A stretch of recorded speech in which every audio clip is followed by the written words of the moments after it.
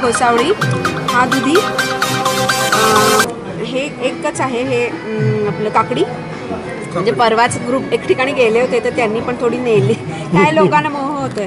हे तर तुम्ही ओळखूच शकणार नाही. तुम्ही खाता हे पण तुम्हाला हे नाही ओळखू शकणार. शिंगाडा. हे गुंज अति विषारी, खाल्ली तर तात्काळ वरती. हा म्हणजे गुंजेचा पाला विड्यात खातो आपण आणि गुंज खूप विषारी. गुंजेचे बेल तुम्ही लावा, तुम्हाला मी गुंजेचे बी देईन. म्हणजे गुंजेचं काय होतं, खूप स्लो ग्रोथ आहे, म्हणजे कमी रुजतात. हुडका, चवळी, शेवगा, हे मका आणि सूर्यफूल बघत आहात. तर हरित सातारा ग्रुप बद्दल सांगायचं म्हटलं तर आपल्या सगळ्यांना माहिती आहे की सातारा हा हरित आहे. सगळ्यांना जे सिनियर सिटीजन असतात किंवा सगळ्यांना सातारा हा हवासा वाटत असतो. या ठिकाणी सेटल व्हायला सगळ्यांना आवडत असते. पुणे मुंबईतले लोक पण या ठिकाणी सेटल व्हायला इच्छुक असतात. तर असा हा सातारा आपल्याला हरित ठेवायचा आहे आणि हा हरित सातारा ठेवण्यासाठीच हा हरित सातारा ग्रुप खूप छान पद्धतीनं तळमळीनं काम करत आहे.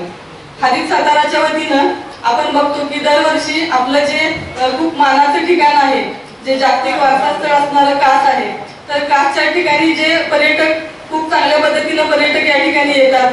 पण पर्यटक येतात त्याचबरोबर कचरा पण खूप कासच्या परिसरामध्ये होतो. तर असा कचरा व्यवस्थापन करण्याचं किंवा ते स्वच्छ करण्याचं काम हे हरित साताराच्या वतीनं केलं जातं की कचऱ्याचं संकलन केलं जातं. त्याच्यामध्येही सातारकर खूप मोठ्या पद्धतीनं भरभरून सगळेजण प्रतिसाद देत असतात. अगदी हजारो हात ह्या कचरा व्यवस्थापनाच्या प्रक्रियेमध्ये हरित साताराला सहकार्य करत असतात. त्यामुळे आपल्या सगळ्यांचा ध्यास आहे की स्वच्छ कास हाच आपला सातारकरांचा ध्यास आहे. त्यामुळे आपण कासच्या स्वच्छतेच्या दृष्टिकोनातून हरित सातारा काम करत असते. त्याचबरोबर जी अजिंक्यतारा हे आपलं खूप छान सगळ्यांचं आवडतं ठिकाण आहे. तर ह्या अजिंक्यताऱ्याच्या पायथ्याला जे मंगळाईची टेकडी आहे, तर या मंगळाईच्या टेकडीला पण खूप लोकांनी कोरोनाच्या काळामध्ये वृक्षारोपण केलं. पण वृक्षारोपण केल्यानंतर पुढचं जे वृक्ष संवर्धन करणं किंवा वृक्षाचं लागवड करणं अशा पद्धतीचं खूप चांगल्या पद्धतीचं काम हे हरित साताराच्या माध्यमातून केलं जातं. दुसरी महत्वाची गोष्ट की कचरा व्यवस्थापन, कचऱ्याबद्दलची जनजागृती, प्लास्टिक मुक्ती अशा अनेक पर्यावरणाच्या दृष्टिकोनातून काम करण्यासाठी हरित सातारा हा ग्रुप नेहमी तिरीनं पुढे होत असतोय. तर अशा ह्या बऱ्याच ठिकाणी असं झालं की आपण सोसायटीच्या मध्ये पण खूप मोठ्या पद्धतीनं वृक्षारोपणाचं काम केलेलं आहे. जसं की आपण रस्त्याच्या कडेला वृक्षारोपण करतो त्याच पद्धतीनं काही सोसायटीच्या मध्येही आपण वृक्षारोपण केलं. पण आमच्या कोर टीमच्या सातत्यानं मीटिंग होत असतात आणि त्या मीटिंग मधून असं आमच्या भोजने काकांचे किंवा बऱ्याच लोकांच्या असं लक्षात आलं की आपण लोकांना झाडं लावायला लावतो, पण त्या झाडाच्या खालचा जो कचरा असतो किंवा जी पानगळ होती, तर अशी पानगळ लोकांना ती त्रासदायक ठरायला लागते. आणि ह्या कचऱ्याचं नक्की करायचं काय, तर ह्या कचरा व्यवस्थापनाचं करायचं काय. सोसायटीतली लोक बोलतात की तुम्ही झाडं लावायला आम्हाला मदत केली, पण नक्की कचऱ्याचं पुढे काय करायचं.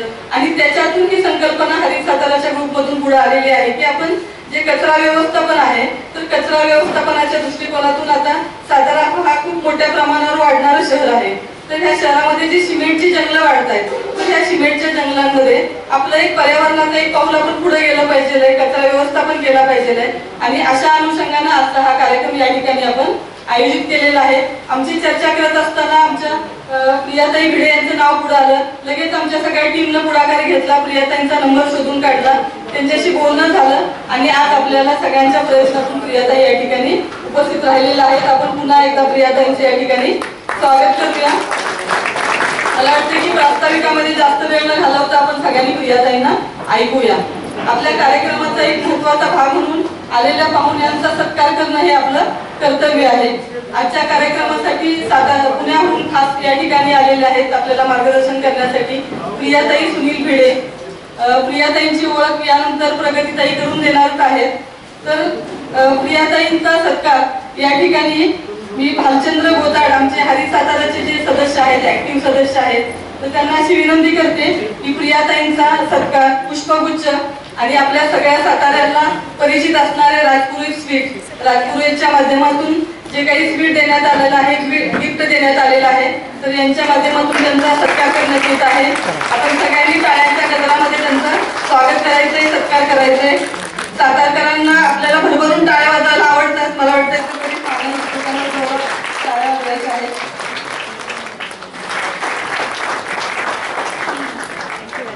ज्यांचं सहकार्य लाभणार आहे ते आहेत की येस, सातारकर सेन्सिटिव्ह आहेत आणि त्यांना पर्यावरणाविषयी खरंच जाण आहे. आज आपल्याकडं प्रमुख पाहुण्या म्हणून आपण बोलवल्यात प्रिया मॅडम, प्रियाताई, असं बरीच विशेषणं आपण त्यांना लावू शकतो, कारण फिजिओथेरपी आणि रिहॅबिलिटेशनचे पदवी आणि पदव्युत्तर शिक्षण घेतल्यानंतर पेडियाट्रिक फिजिओथेरपिस्ट म्हणून त्यांनी विशेष मुलांसाठी पुण्यात काम केलं. हे काम केल्यानंतर त्यांना असं वाटलं की आता आपण 20 वर्ष हे काम केल्यानंतर त्यांनी स्वतःचा मोर्चा पर्यावरणपूरक गोष्टींसाठी वळवला. 2006 पासून कुटुंबियांच्या मदतीनं गच्चीवर मोठ्या प्रमाणात कचरा व्यवस्थापन करत असतात आणि त्यातूनच त्यांना सजीव मातीतून बाग फुलवली आहे. त्यांनी पुणे, नाशिक, नागपूर, नगर, मिरज अशा वेगवेगळ्या शहरांमध्ये कचरा व्यवस्थापनाच्या कार्यशाळा घेतल्या आहेत आणि त्या स्वतः म्हणजे मगाशीच सांगत होत्या, जवळपास 4 टन कचरा त्या त्यांच्या गच्चीवर रिझवतात आणि त्या 4 टन कचऱ्यातनं त्या सगळ्या गोष्टी फुलवत असतात. आज आपल्याला त्यांचं मार्गदर्शन मिळणार आहे.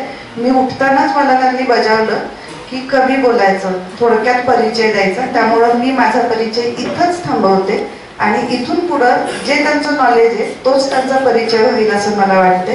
आता इथून पुढची सगळी धुरा प्रियाताईंकडे आहे. तसेच हरित साताराचे सर्व सदस्य खूप त्या सगळ्यांची आत्ताच ओळख झाली आणि सगळे खूप हिरिरीने काम करतायत सातारा अधिक हरित करण्यासाठी.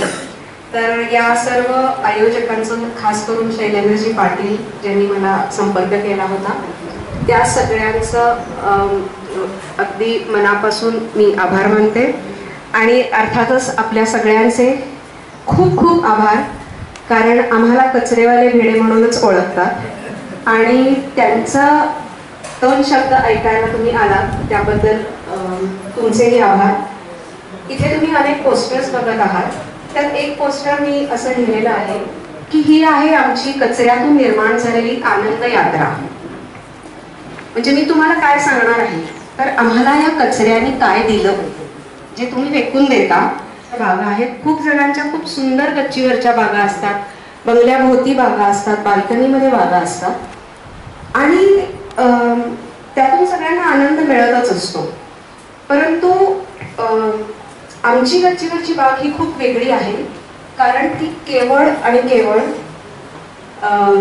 पालापाचोळ्यावर म्हणजे अधिक प्रमाणे पालापाचोळ्याचं आहे आणि म्हणून इथे तुम्ही एक अवती वाळून उडवून मागुती पृथ्वीच होय, नाना धान्याची नाना अन्ने मनुष्य करीती भोजने, नाना विष्ठा नाना वमने पृथ्वीच होय, नाना तृणे पदार्थ कुजती पुढे त्याची होय माती, नाना किडे मरोन जाती पुढे पृथ्वी, झाडे पाले आणि तृण पशु भक्षिता होते सेण, खात मूत भस्म मिळवून पुन्हा पृथ्वी, उत्पत्ती स्थिती संहारते ते पृथ्वीस मिळवली जाते, जितुके होते आणि जाते पुन्हा पृथ्वी.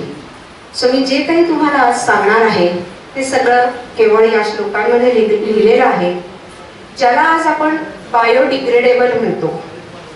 म्हणजे निसर्गतः निर्माण झालेलं ते निसर्गातच विलीन होणार आहे, त्याला आपण बायोडिग्रेडेबल असं म्हणतो आणि नॉन बायोडिग्रेडेबल. सो जे जे काही निसर्गात निर्माण झालेलं आहे, निसर्गात कचरा ही संकल्पना नाही, तिथे एक निसर्गाचं चक्र आहे आणि ते एक अन्न साखळी आहे आणि ही अन्न साखळी आम्ही कशी जपली आहे आमच्या गच्चीवर ते आपण बघणार आहे. तर it starts with the soil. म्हणजे आपल्या सगळ्यांना माहिती आहे की आपलं अन्न कुठून येतं तर अर्थातच मातीतून येतं आणि म्हणून आपण मातीला काळी आई म्हणतो, कारण आपलं पोषण करणारी ती आई आहे. आणि मला खूप चांगलं वाटतंय की साताऱ्यामध्ये भरपूर माती दिसतेय, म्हणजे जमीन मोकळी दिसतेय, कारण आमच्या पुण्यात आता इंचभर सुद्धा जमीन मोकळी मिळत नाही. सगळीकडे छान चकचकीत फरशी किंवा कॉन्क्रीट किंवा डांबर. तर मातीलाच बंद केलंय. एखादं पोस्टर तुम्हाला तिथे बघायला मिळेल की आपण म्हणजे पूर्वी जनावरं वगैरे मातीमध्ये गाडून टाकत असो, पण आमच्याकडे आता माती शिल्लकच नाहीये, त्यामुळे आपण मातीलाच विसरलोय असं आमची परिस्थिती झाली आहे. आणि जर जी माती कोट्यावधी वर्ष हे निसर्गाचं चक्र जपत आली आहे, तीच आपण बंद केली तर ते चक्र पूर्ण विस्कळीत झालेलं आहे. आणि म्हणून it starts with the soil, की आपण मातीशी ओळख करून घ्यायला पाहिजे, मातीचे घटक काय आहेत ते जाणून घ्यायला पाहिजे, त्यामध्ये कोण घटक आपला कचरा जिरवायला मदत करतात ते जाणायचं आहे.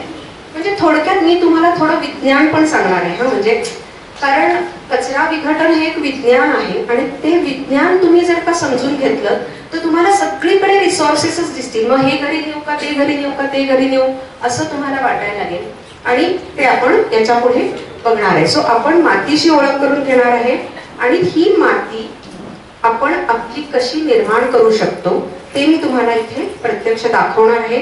तिथे मी काही 2-3 बॉक्स जे ठेवलेले आहेत त्यातला एक बॉक्स आहे ती अत्यंत खराब झालेली माती आहे, तुम्ही बघाल इथे, नंतर बघा. आणि ही आहे ही अत्यंत सुंदर काळी दळदार सुरेख माती. यामध्ये तुम्हाला कळणार नाही की कोबीचा पाला आहे का, पळसाची पानं आहेत का, जांभळाचा पाला आहे. म्हणजे हे सगळं काम जे केलेलं आहे ते सूक्ष्म जीवांनी केलेलं आहे आणि त्यांचा रोल काय असतो हे आपण जाणून घेणार आहे. नेक्स्ट. तर आमची प्रेरणा काय आहे, तर सुनील भिडे महाराष्ट्र वृक्ष संवर्धनीचे कार्याध्यक्ष आहेत आणि आम्ही खूप वर्षापासून, गेले 30-1 वर्षापासून आम्ही देवराई या संकल्पनेशी जोडलेले आहे. देवराई म्हणजे देवाला वाहिलेलं वन, देवासाठी सोडलेलं राम किंवा कुठलंही जंगल. छान जंगलात आपण फिरायला जातो तर तिथे काय होतं, हा जंगलाचा एक फोटो तुम्ही बघताय की वृक्ष आहेत, वेली आहेत आणि खाली पालापाचोळा पडलेला आहे. तर हे चक्र कोट्यावधी वर्ष असंच चालू आहे. तिथे माती काही खराब होत नाही, तिथे माती कोणी बदलत नाही, वरचा पाला खाली पडतो, सूक्ष्म जीवांच्या तर्फे त्याचं विघटन होतं. झाडांनी पालांनी जे काही साठवलेलं आहे अन्न, म्हणजे फणसाचं झाड वेगळं साठवत असेल, जांभळाचं झाड वेगळं साठवत असेल, बदामाचं झाड वेगळं साठवत असेल, बांबू वेगळं साठवत असेल, हे सगळं तिथेच खाली पडतं आणि त्यांनी साठवलेले न्यूट्रिशन्स तिथेच खाली जमिनीत मिळतात आणि त्यातून झाडांचं पोषण होतं. ही अन्न साखळी इथे कोट्यावधी वर्ष छान चालू आहे. पण आपण काय करतो, म्हणजे आपल्याला आवार स्वच्छ हवी असतात ना. म्हणजे आता सोसायटीत आम्ही पुण्यात बघतो की झाडं लावली. आता ह्यांनी सांगितलं की सुरू करण्याचं कारणच काय, तर यांनी झाडं लावली, आता झाडं वाढली आहेत, पाला पडायला लागला, बरं यांना लोकांनी फोन करायला सुरुवात केली, कचरा पडतोय त्याचं काय यु नो. तर आता आपण काय करायचं, तर आपण आवार स्वच्छ करून ढीग करतो. निसर्गात ढीग नाहीत, निसर्गात हळूहळू पानं, तुम्ही बघता ना अशी सुंदर पानं खाली येत असतात, हळूहळू पानं पडतात, एकदम झाडं पानं पडत नाहीत, एक एक पान पडत असतं आणि सुरेखसा थर, पावसाचं पाणी, त्याचं माती होणार, परत थराची सिस्टीम आहे निसर्गामध्ये, ढिगाची सिस्टीम नाही. आणि आपण ढीग करतो त्यामुळे आपल्याला कचरा व्यवस्थापन करायला प्रॉब्लेम येतो. सो मी आता पुढे जेव्हा तुम्हाला कंपोस्टिंग सांगणार आहे तेव्हा एक थर पद्धत अशी माझी पद्धत तुम्हाला सांगणार आहे. सो आपण ढीग करायचे नाही हे लक्षात ठेवा. तिथे तिथे थोडं आपण जिरवायचं. नेक्स्ट.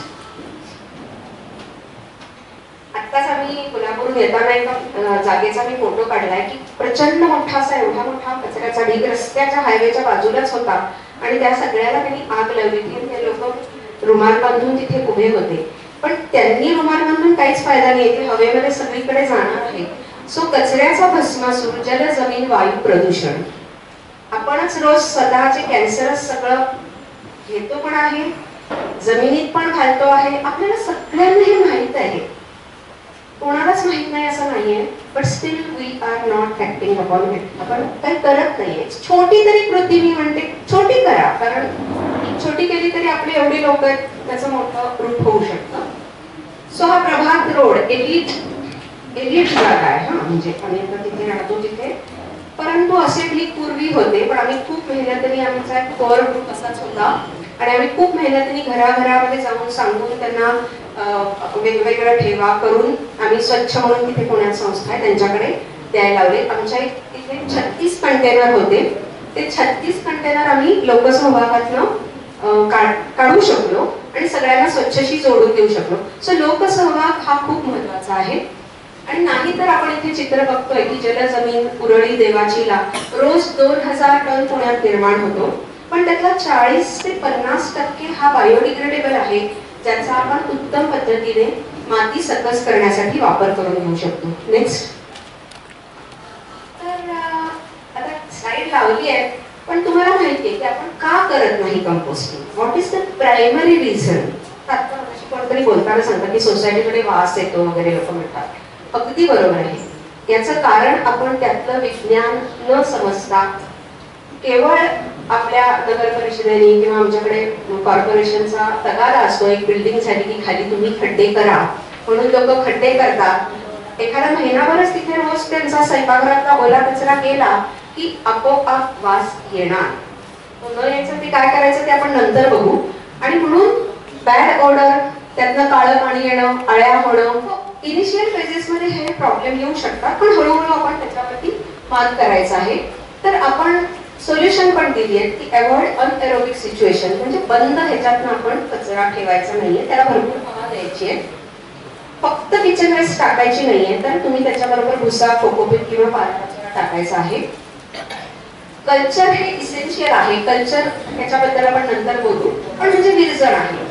वेगवेगळा कचरा ज्याला आपण म्हणणार आहे, बायोडिग्रेडेबल वेस्ट खाणारी जी मंडळी आहे, सूक्ष्म जीवांची कॉलनी, ही सूक्ष्म जीवांची कॉलनी ह्याच्यात दिलेली आहे, ती आपण त्याच्यात घातली की एक सायकल तयार होते. म्हणजे पिढे सर नेहमी म्हणतात की जर माल खायचा अन्न असेल तर खाणारे सोडा, आणि जर एकदा तुम्ही खाणारे सोडले की त्यांना परत सतत अन्न पुरवठा आपल्याला करायला हवा.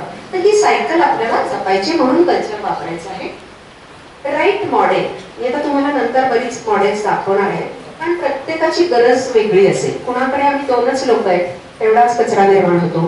कुणाकडे आम्ही 8 लोक आहे, जॉईंट फॅमिली आहेत, खूप आमच्याकडे सॅलड्स वगैरे बनतात, खूप कचरा निर्माण होतो. कोणी नॉनव्हेज खातात. सो कोणी सोसायटीमध्ये आहे, तर प्रत्येकाला वेगळं मॉडेल असेल तर तुम्ही तुमच्यासाठी राईट मॉडेल निवडणं हे पण तितकंच महत्वाचं आहे, कारण फेल्युअरचे चान्सेस कमी होतात. आणि जेव्हा मी कोणाला सांगते ना तेव्हा मला कोणालाही फेल्युअर नकोय. तुमचं नीटच झालं पाहिजे, आणि तुमचं नीट होईपर्यंत मी तुमचं हँड होल्डिंग करणार आहे. म्हणजे तुम्हाला ते यायला पाहिजे, कारण प्रत्येकाचं कचऱ्याचं स्वरूप वेगळं असेल आणि तुम्ही जिथे करताय ते वेगळं असेल. म्हणून मी दाखवलेल्या 10 मॉडेल्स मधनं तुम्हाला तुमचं राईट मॉडेल, जसं आपली आवडती साडी आपण निवडतो तसं राईट मॉडेल फॉर द कचरा व्यवस्थापन. आणि ऑलवेज रिमेंबर, माझा कचरा माझी जबाबदारी. काहीतरी छोटी स्टेप तरी मी त्या कचरा व्यवस्थित हातात जाईल यासाठी करायला हवं, वेळ द्यायला हवा. रोज नाही, आठवड्यातनं एकदा तरी, आठवड्यात नाही महिन्यात एकदा तरी. सातत्य अत्यंत महत्वाचं आहे. We have been doing this for, म्हणजे आम्ही गेली 30 वर्ष गच्चीवर बाग करतोय. परंतु आमची पहिली 15 वर्ष वेगळ्या पद्धतीत होती. जसे कन्व्हेन्शनल लोक माती आणून करतात ना, म्हणजे माती आणायची आणि आपण बाग करायची. तर तेव्हाही आमची 4थ्या मजल्यावर बाग होती. आमचं 4000 स्क्वेअर फुटाची सलग गच्चीवरती आम्ही लॉन, पॉन्ड, मोठी झाडं, छोटी झाडं, भाजीपाला. आणि त्यावेळेला मला आठवत आहे आम्ही 2 ट्रक तरी माती खाल्लं वर नेली होती 4थ्या मजल्यावर. पण पुढे जेव्हा महाराष्ट्र वृक्षसंवर्धनी मातीचा अभ्यास सुनील भिडे यांनी मुद्दामून काही आर्टिकल्स लिहिलेली आहेत ज्यामध्ये सेंद्रिय कर्म कसा वाढवायचा, कारण त्यांनी तो एक प्रयोग केला होता. सो माती सकस कशी करायची, आणि माती निर्माण व्हायला शेकडो वर्ष लागतात. तर ती माती जर का आपण काढून आणली कुठनं, तर वी आर रिमुव्हिंग द जी सगळ्यात ॲटमोस्ट फर्टाईल असलेला जो भाग आहे मातीचा, तो जर आपण आपल्या बागेसाठी काढून आणला तर तिथले पण पर्यावरणाची मोठी हानी आहे, लक्षात ठेवा. आणि हा जेव्हा असा आम्ही विचार करतो की अरे एवढी वर्ष माती तयार व्हायला लागतात आणि आपण ती बागेसाठी आणायची, आपल्या हौसेसाठी आणायची, तर काय करूया.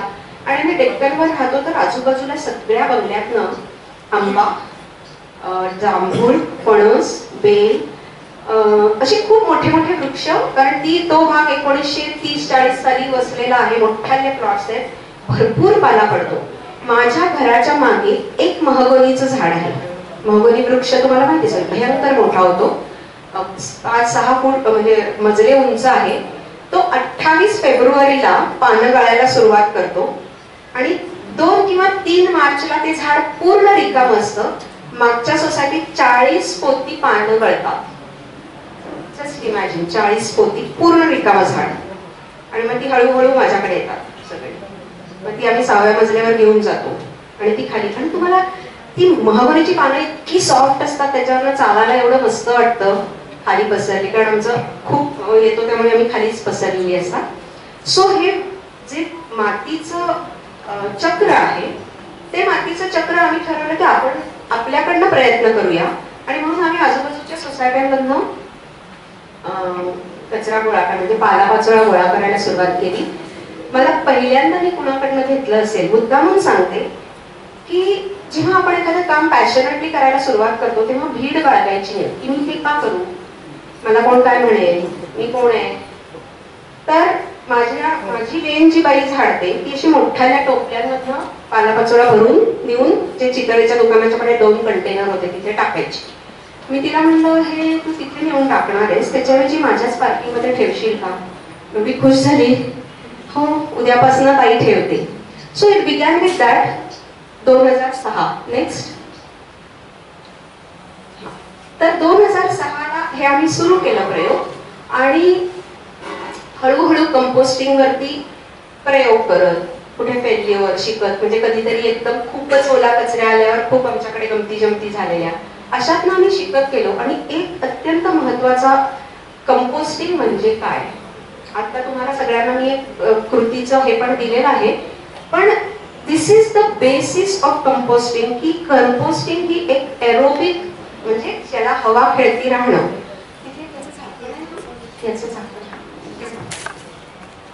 आता तुमच्या इथे काय सिस्टीम आहे मला माहित नाही, बाहेर कचरा कसा जातो, असं आमच्याकडे अशा हे बकेट्स दिलेले असतात. तर हे जेव्हा आपण ह्याच्यात मी भरलं, या कंटेनरमध्ये माझ्या घरातला ओला कचरा झाकण लावलं, तर 2 दिवसात त्याला पाणी सुटणार आहे आणि जर उघडलं तर त्याच्यात मला कदाचित आळ्या सुद्धा दिसणार आहेत.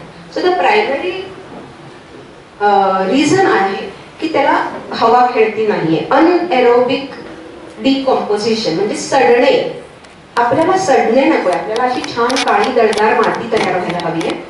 मग काय करायचं, तर एअर टेम्परेचर मॉइश्चर, ATM सगळ्यांना माहिती आहे, सगळ्यांच्या लक्षात आहे ATM. सो एअर टेम्परेचर आणि मॉइश्चर, जे मॉडेल तुम्ही निवडा त्या मॉडेलला भरपूर भोकं असण्याची गरज आहे. हे काळे ठिपके जे आहेत ना, दॅट मीन्स की भोकं आहे. तर अशी भरपूर भोकं तुमच्या मॉडेलला करायची.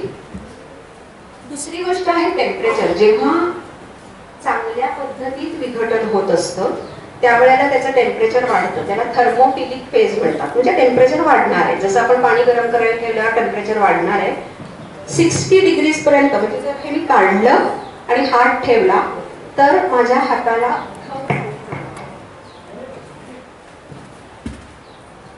असा तुम्ही जरी जवळ हात ठेवला तरी त्याला चांगली धग जाणवते, इतकी त्याच्यामध्ये हीट असते. जर खूप मोठ्या प्रमाणात कचरा असला तर कदाचित त्यातनं वाफा पण येतात. आणि तुम्ही बऱ्याच वेळा ऐकलं असेल की देवनारच्या चेंबूरच्या कचरा डेपोला आग लागली, कारण मिथेनचं जनरेशन होतं. अनएरोबिक कचऱ्यावर कचरा, कचऱ्यावर कचरा ढीग आणि मिथेन जनरेट होऊन त्याला आग लागते. सो आपल्याला aeration is the key factor. Temperature वाढणं चांगलं आहे, ते 60 डिग्री पर्यंत जाईल आणि हळूहळू टेम्परेचर कमी होईल आणि मग तुम्हाला चांगला माल जो आपण बागेसाठी वापरू शकतो तो मिळेल. मॉइश्चर हा सगळ्यात धोकादायक, म्हणजे आपला शत्रू जर कोण असेल ना तर तो मॉइश्चर आहे. आता हे मी 2-3 दिवसापूर्वीच, कारण मी गावाहून दुसऱ्या आले, भरून ठेवलं होतं. ओला कचऱ्याच्या बरेच काय काय प्रकार आहेत, नंतर आपण बघूया डेमो करताना. तर हा जो स्वयंपाकघरातला कचरा आहे त्यामध्ये 60% अधिक मॉइश्चर असतं. त्याच्यामुळे फक्त जर मी याच्यात माझ्या स्वयंपाकघरातला कचरा टाकत गेले तर फेल्युअर 200% आहे, लक्षात घ्या. तसं नको, छोटा घास द्यायचा आहे. तुम्ही जेव्हा सुरुवात करा तेव्हा छोटे छोटे घासाने सक्सेस मिळू दे, मग एकदम उडी मारा. सो इकडे लीफ लिटर म्हणजे हा रिलेटिव्हली क्लीन आहे. आपल्याकडे ज्यांच्याकडे बागा आहेत त्यांच्याकडे सगळं मिळतच असतं. Leaf litter, garden cuttings, lawn mowings, छोट्या छोट्या काटक्या कुटक्या त्या आपण बघू नंतर कुंडी करताना. फ्लॉवर वेस्ट, बनाना पीस, भाजीवाल्याकडनं तुम्ही एकदा तुमचा हात बसला की तुम्ही दुसऱ्यांकडनं पण आणू शकता, कारण त्यातून आपण माती बनवणार आहे. ती माती आपण आपल्या झाडांसाठी वापरणार आहे. फिश वेस्ट, फिश वेस्ट तर पुढे एक स्लाइड आहे ती आपण नंतर. तर माझ्या गच्चीचं चित्र आहे 2006चं. हा आता इथे तुम्ही बघताय या बाजूला भाजीपाला आहे, सगळ्यांना दिसतंय. इकडे भाजीपाला आहे, मोठे ड्रम्स आहेत. मोठ्या ड्रम्स मध्ये पपई, शेवगा, चिक्कू, आवळा, आंबा, डाळिंब, सीताफळ. तुमच्या बागेचं नियोजन पण तुम्हाला करायला लागतं की सूर्यप्रकाश किती मिळेल त्या पद्धतीत तुम्हाला भाजीपाला पूर्वेकडे लावायचा आहे आपल्याला. आणि फुलझाडांना थोडंसं एक 6 तास चालेल, पण भाजीपाल्याला 8 तास तरी आपल्याला व्यवस्थित ऊन मिळायला पाहिजे. सो हे 2006चं चित्र आहे. नेक्स्ट आता थोडीशी चित्र पटकन माझ्या गच्चीची बघूया. हे 2020चं आहे. आता तुम्ही बघताय म्हणजे आमची गच्ची पण सारखी बदलत असते ना, म्हणजे आत्ता जी असेल ती पुढच्या वर्षी असेलच असं नाही. पण इधर का माल आम्ही उधर करतो, सगळ्या कंटेनर मध्ये असल्यामुळे कधी इकडे कधी तिकडे कधी हे तिथे ते, त्यामुळे गच्चीची रूपं बदलत असतात. हा मोठा जो तुम्हाला दिसतोय हा शेवगा आहे आणि या शेवग्याचे तिथे मी एक लावलंय 150 शेंगा. अर्ध्या ड्रम मध्ये 150 शेंगा. आणि कुणाची गंमत आहे, कुणाची करामत आहे तर सूक्ष्मजीव, आणि मी त्या सूक्ष्मजीवांना जे काही घातलं होतं ते 150 शेंगा देतो. इकडे पपई आहे, इकडे वेलवर्गीय तुम्हाला आता वाढलेले दिसत आहेत. आय थिंक जुलै ऑगस्ट कधीतरीच असेल. इकडे हे घेवडावर्गीय दिसत आहेत मंडळी. मागे थोडे आळू आणि कर्दळ आहे. माझे हे कर्दळ आहे ना, हे बरोबर 7 फूट उंच आहे आणि ह्याला फक्त इतकी माती आहे आणि एक एक पान इतकं आहे. आम्ही बऱ्याच वेळेला जेवायला कर्दळीचं सुद्धा म्हणजे केळीचं पण घ्यायला लागत नाही, कर्दळीच्या पानावर जीव शकतो, इतकी ती हेल्दी आणि रसरशीत पानं आहेत. इकडे हा जो दिसतोय हा तोंडलीचा वेल आहे, म्हणजे तुतीच्या झाडावर तोंडलीचा वेल. एवढी तोंडली पुढे बघा तुम्ही ग्रोईंग व्हेजिटेबल्स मध्ये. मी सातार जवळच एका शेतकऱ्याला 35 कटिंग्स दिली तोंडल्याची, कारण माझं हे तोंडलं खूप छान आहे आणि आम्ही म्हणजे किती तोंडली खाणार ना मी दोघं. नेक्स्ट थोडा भाग ऑर्नामेंटल्स लावलेले आहेत एका गच्चीच्या एका भागात. नेक्स्ट म्हणजे सुगंधी फुलं देवासाठी, म्हणजे बागेमध्ये सगळंच असतं ना आपल्याला जे जे हवं. थोडं देवपूजेला आहे, थोडं औषधी वनस्पती आहेत. नेक्स्ट थोडंसं छोटंसं एक पॉन्ड आहे, त्याच्यामध्ये कमळ आणि वॉटर लिली आहे. तर म्हणजे तुम्हाला जे हवं ते तुम्ही काही लावू शकता, कारण बाग ही पॅशन आहे. म्हणजे मला वाटलं मी फक्त कॅक्टस लावीन, मला वाटलं मी फक्त भाजीपाला लावीन, मला वाटलं मी फक्त फुलं लावीन. सो तुम्हाला जे हवं ते तुम्ही काहीही लावू शकता. फक्त तुमचं growing medium is the key factor. Okay. Next गच्चीवरची बाग म्हणजे खूप टेक्निकल हे असतं, गळायला नको. म्हणजे कितीतरी वेळा भांडण, माझ्या कितीतरी मैत्रिणी मला सांगतात ते केले, त्याला खाली डांबराचा थर, म्हणजे जरी आमचं अतिशय उत्तम वॉटरप्रूफिंग आहे, अतिशय उत्तम स्लोप आहे, तरी सुद्धा डांबराचा थर दिलेला आहे. त्याच्यावर ब्रिक पॅड्स घातले आहेत आणि परपोरेटेड पाईप घातलेले आहेत. म्हणजे कितीही पाऊस, सध्या पुण्यात वेड्यासारखा पाऊस पडतो, पण कितीही पाऊस पडला तरी तो अतिशय थोड्या वेळात पूर्ण पाणी वाहून जातं आणि दॅट इज द सक्सेस. म्हणजे त्यामुळे आम्ही हे करू शकतो आज हे. आणि म्हणून जेव्हा आपण हे थर करतो तेव्हा एक उशिरा कुजणारा, एक लवकर कुजणारा, एक उशिरा कुजणारा, एक लवकर कुजणारा, असे आपल्याला थर करायचे. हे आहे, हे आम्ही घेत नाही. म्हणजे मी खूप कचरा जिरवते, पण हे नाही, कारण हे कमीत कमी 3 वर्ष असं राहील. आणि ह्याचा ओलावा, याच्यात ओलावा धरून ठेवण्याचा त्याचं म्हणजे प्रॉपर्टी आहे नारळाच्या शेंड्यांची. नारळाच्या शेंड्या पण मी वापरत नाही, कारण ते ओलावा आणि ही कॉन्टिव्हिटी ही गोगल गायींना अतिशय उत्तम घर मिळतं. तुम्ही जसा अधिवास तयार कराल तशी मंडळी येतील. सो हे अजिबात वापरू नका. सो पहिला थर आपला पालापाचोळा आणि CN रेशो मी सांगितला तुम्हाला. नेक्स्ट भाजीवाल्याकडनं पण आम्ही मोठ्या प्रमाणात आणतो. त्याच्यामध्ये हे आहे की कोबीपाला आणि लॉन मोईन्स पण अतिशय उत्तम नायट्रोजनचा सोर्स आहे. तुम्हाला कुठे मिळाली ती पण तुम्ही वापरू शकता. सो एक थर त्याचा आणि एक थर याचा पटकन विघटन होणार. नेक्स्ट, माझ्या एका मैत्रिणी असंच हे ऐकल्यावर फोन आला की मी 8 पोती भाजीवाल्याकडनं आणली आहेत याची, पण आता त्याच्यातनं पाणी यायला लागलंय कारण अतिशय पटकन ते कुजणार आहे. सो मी त्याला सांगितलं आता 8 दुने 16 पोती आधी पालापाचोळा गोळा कर आणि तो त्याच्यात मिक्स कर. सो कुठला कचरा जिरवताना तुम्हाला काय खबरदारी घ्यायची हे पण लक्षात ठेवा. आता इथे 3 आहेत. ह्या तिन्ही गोष्टी अतिशय पटकन विघटन होणार आहेत. भाजीवाल्याकडचा म्हणजे आपल्या घरातला ओला कचरा, निर्माल्य, आणि तिसरा जो आहे तो पुलाव. एका केटरिंग वाल्याने एकदा 25 किलो पुलावची एक थैली माझ्याकडे पाठवली. तर don't waste food is the message. पण यदा कदाचित गेलाच वाया तर निळ्या ड्रम मध्ये पालापाचोळा पुलाव असे थर करून झाडांचा खाऊ तयार करा. सो ह्या तिन्ही मध्ये खूप ओलावा आहे आणि तो पटकन सडणार आहे, पटकन त्याच्यात आळ्याबिळ्या होऊ शकतात. म्हणून त्याच्यामध्ये पालापाचोळा मिक्स करणं, त्याला कल्चर घालणं हे मस्त आहे. Next, fish waste. आता एकदा प्रयोग करायला लागला की म्हणजे वेड्यांना वेगवेगळे प्रयोग करायला खूप आवडतात. तर त्यांनी एकदा 80 किलो फिश वेस्ट आणली आणि एवढा वास यायला लागला मला तर बिलकुल आवडत नाही. पण म्हणले की नाही थांब, मी आता वाचलेला आहे प्रयोग की कोळसा घातला की वास जातो. आणि मग कोळसा आणून त्याच्यावर म्हणजे प्रयोगासाठीच केलं होतं. सो फिश वेस्टवर कोळसा घातला आणि दुसऱ्या दिवशी त्याचा वास गेला. सो कोळसा also acts as a deodorant. आपण दंत म्हणजे पूर्वी काळी वापरत असू. तर असं जर का कधी तुम्हाला वाटलं फसतंय आणि वास यायला लागला तर कोळसा वापरून तुम्ही वास कमी करू शकता. नेक्स्ट,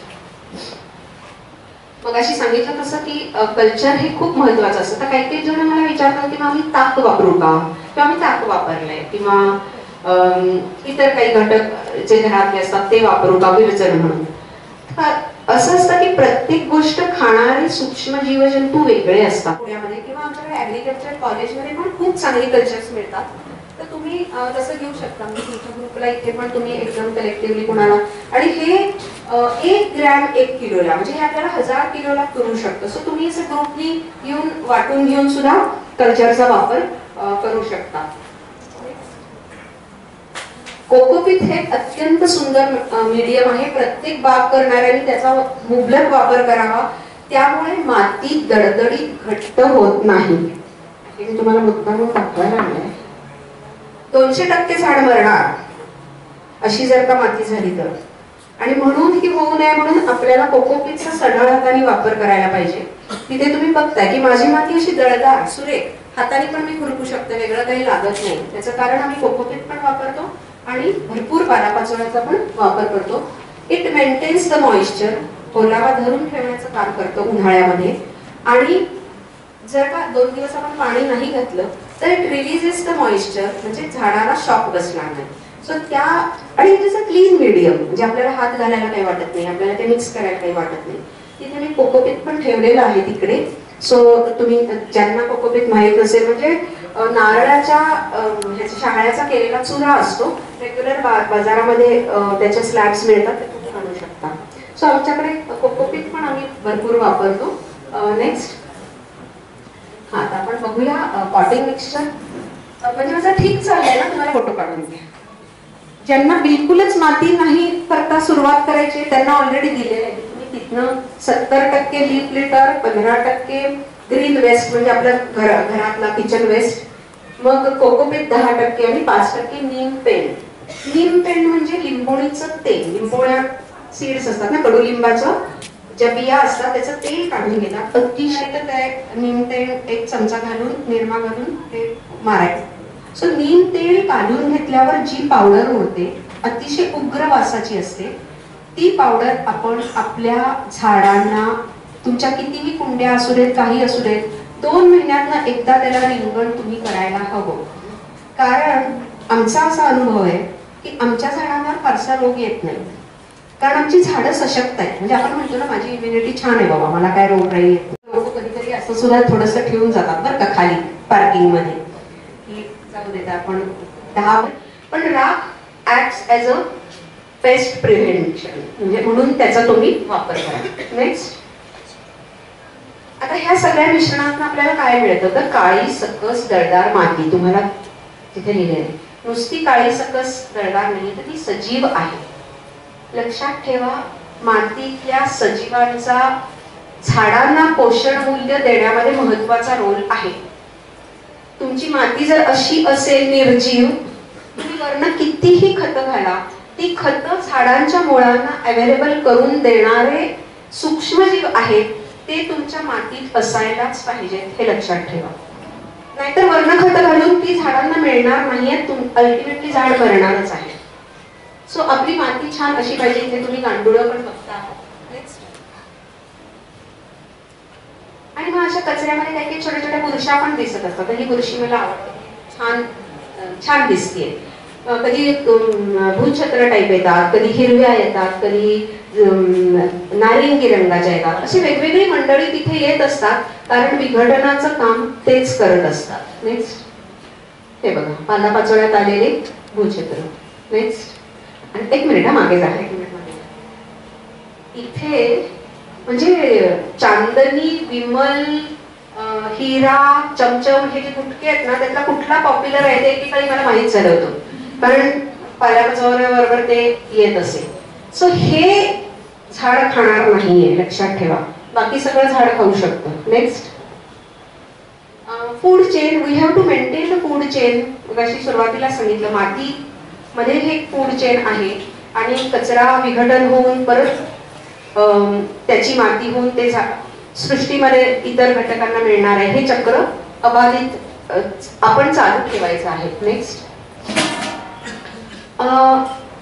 ही स्लाइड मी मुद्दाम दाखवते. एक आमचे लिमये काका म्हणून होते, आणि ही वॉज 85. आणि ते एकदा सुनीलला त्यांनी फोन करून सांगितलं की अहो मी खूप काम केलंय ओल्या कचऱ्यावरती. म्हणजे खूप, आता समजा ज्यूस बारचा कचरा आहे किंवा एखाद्या केटरिंग वाल्यांचा कचरा आहे की खूप ओल असलेला, तर त्याचं आपण काय करू शकतो. आणि त्यांनी अशा ह्या इथे जे तुम्हाला दिसत आहेत हे ब्लॅक सोल्जर फ्लाय हा एक वेगळा विषय आहे, आपण त्याच्याबद्दल पूर्ण अनभिज्ञ आहे. ही ब्लॅक सोल्जर फ्लाय मुद्दामून कल्टिवेट करतात, म्हणजे चायना, कॅनडामध्ये खूप मोठ्या प्रमाणात करतात, आणि ते कोंबड्यांना फीड म्हणून वापरतात, कारण त्याच्यात हायेस्ट प्रोटीन आहे, आणि त्याच्यापासून ते तेल वगैरे पण काढतात. म्हणजे कचऱ्याचे असे इकॉनॉमिक सुद्धा वापर आहेत. हे आपण माहिती करून घेणं गरजेचं आहे, कारण आपल्याकडे जागा कमी होत आहेत आणि कचऱ्याचं स्वरूप वाढतंय. So how it can be use in a economical model हा पण एक वेगळा विषय आहे. नेक्स्ट, आमची तयार झालेली माती, जसं म्हटलं की कोबीपाला आहे का फिश वेस्ट आहे का काय त्याच्यात घातलंय हे तुम्हाला याच्यामध्ये कळणार नाही. आणि एका ग्रॅम मध्ये 10⁻⁷ म्हणजे 10⁻⁷ इतके मायक्रोब्स असतात, सूक्ष्मजीव असतात, आपल्या डोळ्यांना जे दिसत नाही, आणि त्यामुळे मातीचं मोल अनमोल आहे. नेक्स्ट,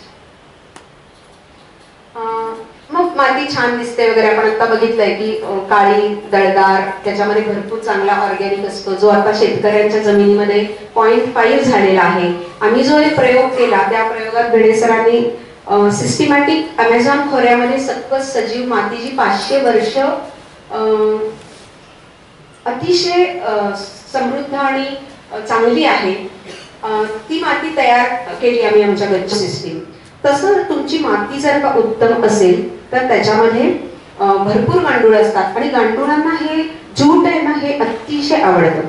4 तुकडे जरी तुम्ही तुमच्या कुंड्यांना घातले तर त्याच्यामध्ये नक्कीच गांडूळ येतील, कारण गांडुळांना जूट भयंकर आवडतं. आणि मग तुमची अशी समृद्ध माती असेल तर तुम्हाला भरपूर माल इथे मिळू शकतो. इथे तुम्ही बघताय पोपया आहेत, टोमॅटो आहेत, रताळी आहेत, आवळे आहेत, पालेभाज्या आहेत. नेक्स्ट, हा एक रिपोर्ट मी मुद्दाम दाखवते की आपण सगळं करताना सायंटिफिक दृष्टी ठेवून करा. 10⁻11 इतकं मायक्रोबियल लोड आहे, त्यामुळे मग कितीही कचरा घातला तरी ते खाऊ शकतात. नेक्स्ट, आता बघूया कंपोस्ट मॉडेल. आता यातनं तुम्हाला मी काहीचं माल सोसायटीसाठी वापरायला मिळेल. त्याचं एक तिथे मी लावलेलं आहे पोस्टर पांढऱ्या रंगाचं, त्याचा फोटो काढून घ्या पाहिजे तर. नेक्स्ट हे आहे प्लास्टिकचा ड्रम. 150 लिटरचा ड्रम असेल तर कमीत कमी 125 तरी भोकं पाहिजे. उंच असतो चांगला. सो ह्याच्यामध्ये तर एक 2-3 फॅमिलीजचा कचरा तुम्ही घालू शकता, कारण पालापाचोळा खाली बसतो, त्याच्यामुळे तुमचा खूप दिवस तुम्ही कचरा त्याच्यामध्ये घातला तरी चालतंय. नेक्स्ट ज्यांच्याकडे पेट्स असतील किंवा उंदीर घुशीचा त्रास असेल त्यांनी असं मॉडेल वापरा, म्हणजे ड्रम वापरा थोडक्यात. नेक्स्ट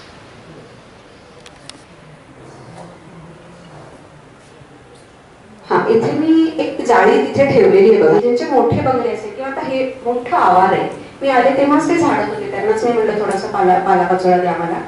तर आपण काय करतो, झाडणारे सगळं झाडतात आणि मग जिथे दिसणार नाही असं मागे कुठेतरी आपण नेऊन ते ढीक करतो.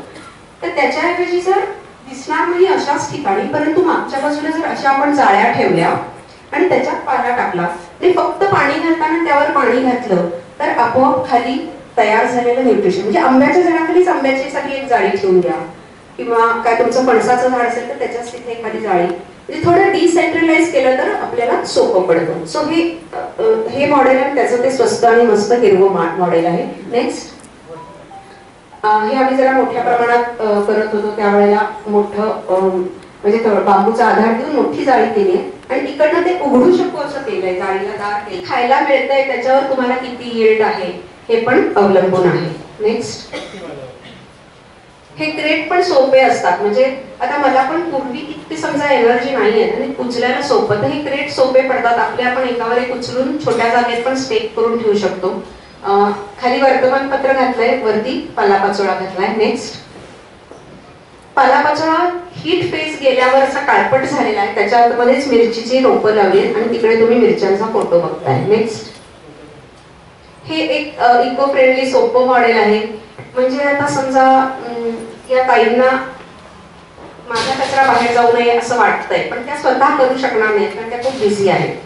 मग त्यांना मी अशी पिशवी एक भेट देणार, खाली पालापाचोळ्याचं थर, एक वर्तमानपत्र, पालापाचोळ्याचं थर, घरातला किचन वेस्ट त्या टाकत राहतील, वरती एखादं नॅपकिन किंवा असं काही आंब्याच्या ह्याच्यातलं आलेलं वगैरे पण आपण ठेवू शकतो. ह्या पिशवीमध्ये 4 ते 6 महिन्याचा कचरा राहतो. तुमच्या छोट्या बाल्कनीत पण तुम्ही बाहेर ठेवू शकता आणि पिशवी भरल्यावर प्रिया भिड्यांकडे नेऊन देऊ शकता. तुमच्याकडे ज्या कोणी करणारा आहे ते कॅन टेक सम लीड, कारण काय लोकांना सुरुवातीला करायला भीती वाटते, करू का नको, फसेल का, तर अशा पिशव्या पण आपण देऊ शकतो. नेक्स्ट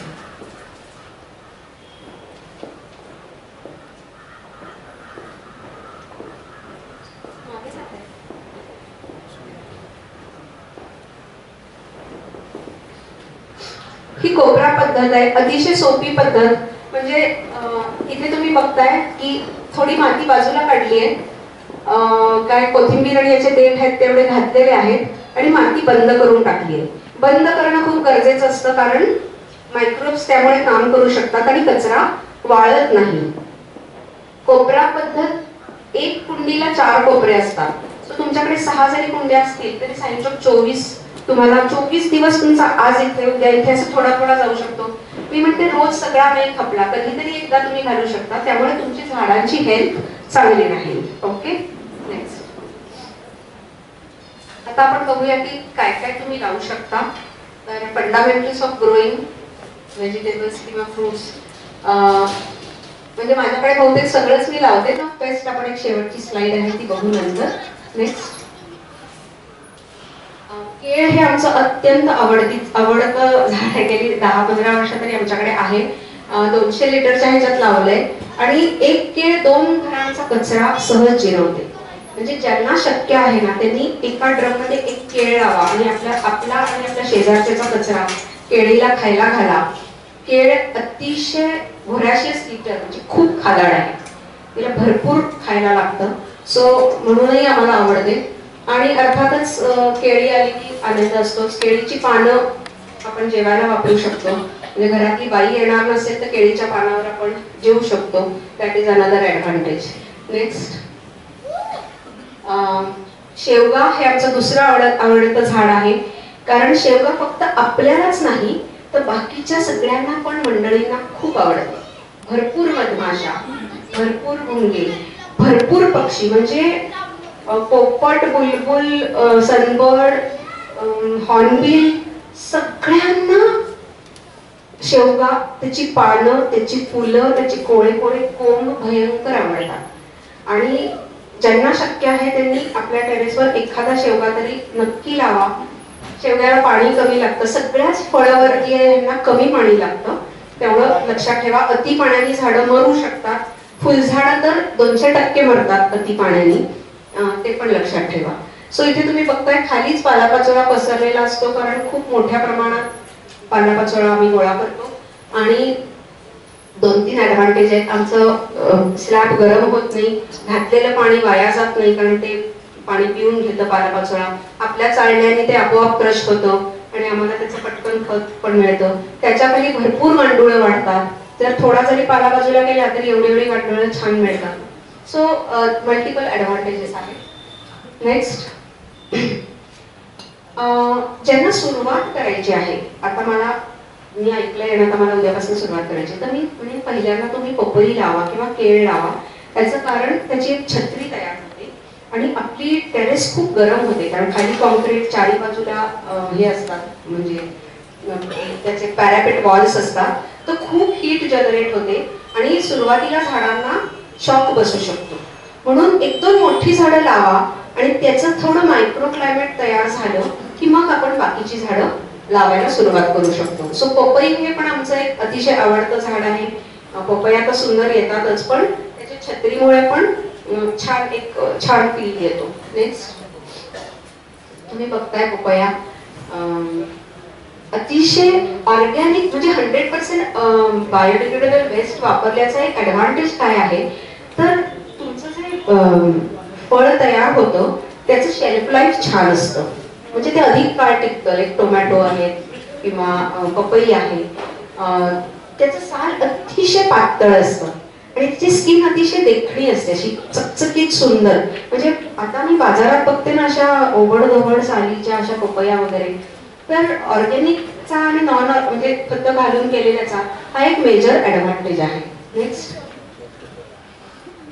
ही स्लाइड मुद्दाम दाखवते की आता एक पपई 3-3.5 वर्ष दिली आणि नंतर मी ती कापून टाकली, तर ती मी परत माझ्या इथे जिरवणार आहे, कारण ती पपई एवढा बायोमास तयार करायला तिने खूप खाल्लेला आहे, खूप काही साठवलेलं आहे आणि तेच ती परत माझ्या पुढच्या झाडांना देणार आहे. सो मी जे खायला घालणार आहे तसं मला त्याच्यातून यील्ड मिळणार आहे. नेक्स्ट, लिंब सगळ्यांची आवडती, पण लिंबाला पाणी कमी लागतं, लक्षात ठेवा. विशेष करून बहार घ्यायचा म्हणजे त्याचं पाणी थोडं तोडायचं असतं आणि त्याच्यानंतर आपण एक कालावधी जाऊ द्यायचा आहे आणि मगच लिंबाला परत फूट आणि नवीन काय म्हणतो बहार येणार असतो, म्हणजे फुलं येणार असतात. तसंच लिंब येऊन गेल्यानंतर सुद्धा झाडाला आपल्याला थोडा काळ विश्रांती द्यायची असते, म्हणजे ती पण बऱ्याच वेळा लोक सारखं की अजून यायला पाहिजे, अजून यायला पाहिजे. तर मला असं वाटतं ते पण एक बाग करताना आपण लक्षात ठेवायचं आहे की निसर्गाकडनं आपण इतकं घेतोय, म्हणजे त्याला सीमा नाहीये, तर काहीतरी मी देऊ शकेन का निसर्गाला, हा पण तुम्ही थोडासा विचार करत जा. नेक्स्ट,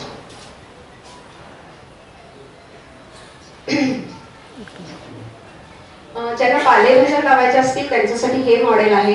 छोटे छोटे गमेल्यांमधून आपण पालेभाज्या लावू शकतो. तिथे एक मी टोपलीचं मॉडेल पण कुठेतरी लावलेलं आहे, गुरडाच्या टोपल्या. फक्त त्या जरा लवकर खराब होतात, म्हणजे 1.5 वर्षात त्या टोपल्या जातात, पण ही गमेली अशी छान समृद्धीची UV स्टॅबिलाइज्ड असतात. तो पण लक्षात ठेवायला पाहिजे फॅक्टर की ऊन खूप असतं. सो जे काही प्लास्टिक मटेरियल वापरा ते चांगल्या कंपनीचं वापरा, कारण आपल्याला उचलणार, हँडलिंग करत असतो. सो थोडंसं आधी कॉस्टली पडलं तरी गुड क्वालिटी प्लास्टिकचं कंटेनर वापरा. नेक्स्ट, ह्या टोपल्या आहेत पण ह्या फार काळ टिकत नाही, पण दिसतात गोड म्हणून मी एकदा केल्या होत्या. नेक्स्ट, तुम्ही आंब्याच्या पेट्या वापरू शकता. हळद हे एक अतिशय सोपं म्हणजे ग्रो करायला आहे. तुमचा हा हळदीचाच प्रदेश आहे, आलं आणि हळदीचाच मला साताऱ्याचा हे आहे, परंतु आपली आपली थोडीशी हळद घरची ताजी पण काढता येते आणि अतिशय सोपी आहे. एकदा जूनला लावलं की फेब्रुवारी पानं वळली की काढायचं आणि छान आलं हळद दोन्ही मिळतं आपल्याला. मुख्य पानांचा वापर करता येतो आपल्याला पातोळ्या करायला किंवा जे कोणी फिश खात असतील त्यांना फिश म्हणजे ते फ्राय करायला किंवा नुसतं सॉते करून खायला सुद्धा हळदीच्या पानाचा छान उपयोग होतो. इथे तुम्ही खाली बघता की रियूज, आमच्याकडे रियूज रिसायकल असतं. तर हे PVC पाईप आहेत, त्याच्यामध्ये मी कोबी फ्लॉवरची रोपं जी असतात छोटी रोपं ती तयार करते आणि मग नंतर ती आपण असंच्या असंच ते उचलून मोठ्या समजा पपईचं ड्रम आहे त्याच्यात जरी ठेवून दिलं तरी मग ड्युएल पर्पज होतो. नेक्स्ट इकडे आलं आहे, हळद आहे, मायाळू आहे. मायाळू पण एक माझा आवडता वेल आहे. मायाळूची पण भाजी, पातळ भाजी छान होते, भजी छान होतात आणि फारसं काही करायला लागत नाही. म्हणजे आमचं थोडं असं पण आता आहे की खूप यील्डच्या मागे आम्ही लागत नाही. प्रायमरी पर्पज आमचा वेस्ट मॅनेजमेंट आहे, पालापाचोळा गोळा करणे, झाडांना घालणे आणि सहज आपलं जे येईल ते यील्ड आपलं. सो नेक्स्ट मिरच्या, थर्मोकोलचे म्हणजे मी फारसं वापरत नाही, पण मी जेव्हा प्रदर्शन केलं होतं तेव्हा मुद्दाम ठेवला होता की तर त्याला जर का वापरलं तुम्ही तर त्याला अशी भोकं करा, नाहीतर झाडांचा जीव धोक्यात येऊ शकतो. इथे तुम्हाला पार्सली आणि मुळा लावलेला आहे. नेक्स्ट हे माझं एक आवडतं मॉडेल आहे, रंगांच्या बादल्या. ह्याच्यामध्ये सगळं काही उत्तम येतं. म्हणजे वांगी, मिरची, टोमॅटो, रताळी, भेंडी, गोवारी, मका. तर हे सुरण दिसतंय आता तुम्ही जे बघताय ते सुरण आहे. मागे मोठा ड्रम दिसतोय तो केळीचा आहे आणि पुढचा जो ड्रम आहे तो पुढच्या ज्या बादल्या आहेत त्या पालापाचोळ्यांनी भरलेल्या रंगाच्या बादल्या आहेत. अतिशय उत्तम मॉडेल आहे. नेक्स्ट मगाशी तुम्ही छोटी जी रोपं बघितली होती कॉलीफ्लॉवर. तर म्हणजे ही पानं इतकी सुंदर असतात की आपण पानाची पण भाजी युजली आपण ती कट करूनच देतात, आपल्याला फक्त गड्डा देतात कॉलीफ्लॉवर. पण आपण स्वतःच्या घरी केलं तर आपल्याला पानाची सुद्धा भाजी, मुळ्याच्या पानाची कशी करतो पीठ पेरून तशी भाजी करू शकतो. आणि ही साधी वांगी, कढीपत्ता हे तर म्हणजे भरपूरच येतं. कढीपत्त्याला थोडीशी ऍसिडिक सॉइल आवडते आणि म्हणून कढीपत्त्याला पातळ ताक करून कधीतरी घातलं तरी हरकत नसतं, कारण त्याला त्या टाईपची माती आवडते. नेक्स्ट गवती चहा, हे पण एक आमचा आवडता आहे. भरपूर म्हणजे लावतो कारण आपल्याला लागत असतो किंवा दुसऱ्यांना द्यायलाही. इथे दोन मॉडेल्स, एक आडव्या आहे ज्यात बघताय तुम्ही ड्रम कट करून आणि रंगाची बादली. नेक्स्ट आळू, इथे कुणाकुणाकडे आहेत आळूच्या कांड्या, पण हे एक अतिशय साधं, ज्यांच्याकडे आहेत त्यांनी पुढच्या मंडळींना द्या हा. बिकॉज सगळ्यात सोपं आहे. ज्यांना सुरुवात करायची आहे ना त्यांनी आळूपासून सुरुवात करावी, कारण काही फारसं बघायला लागत नाही. रंगाच्या बादलीत जरी तुम्ही लावलेत, कशातही लावलं तरी चालेल. आणि माणसं आली तर आपल्याला पटकन आळूची वड्या करता येतात किंवा कोणी आलं तर पटकन 4 वड्या पण देऊ पण शकतो. सो पानं पण देऊ शकतो. सो मी जेव्हा गणपती उत्सव असतो तेव्हा माझ्याकडची बाई शाळेत काम करते, तिला मी 200 पानं देते.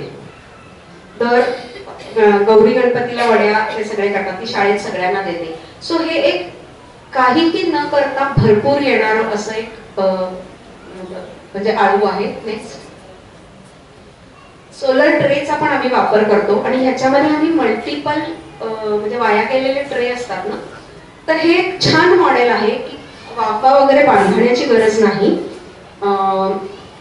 तिथे तुम्ही फक्त थोडा आधार दिलेला आहे आणि मल्टी क्रॉपिंग करू शकता. मल्टी क्रॉपिंग म्हणजे काय की इथे तुम्हाला दिसतंय मी इकडे आळू पण लावलाय, मागे घेवडा लावलाय, इथे पुढे पण घेवडा एक आहे, एक कारलं पण लावलंय.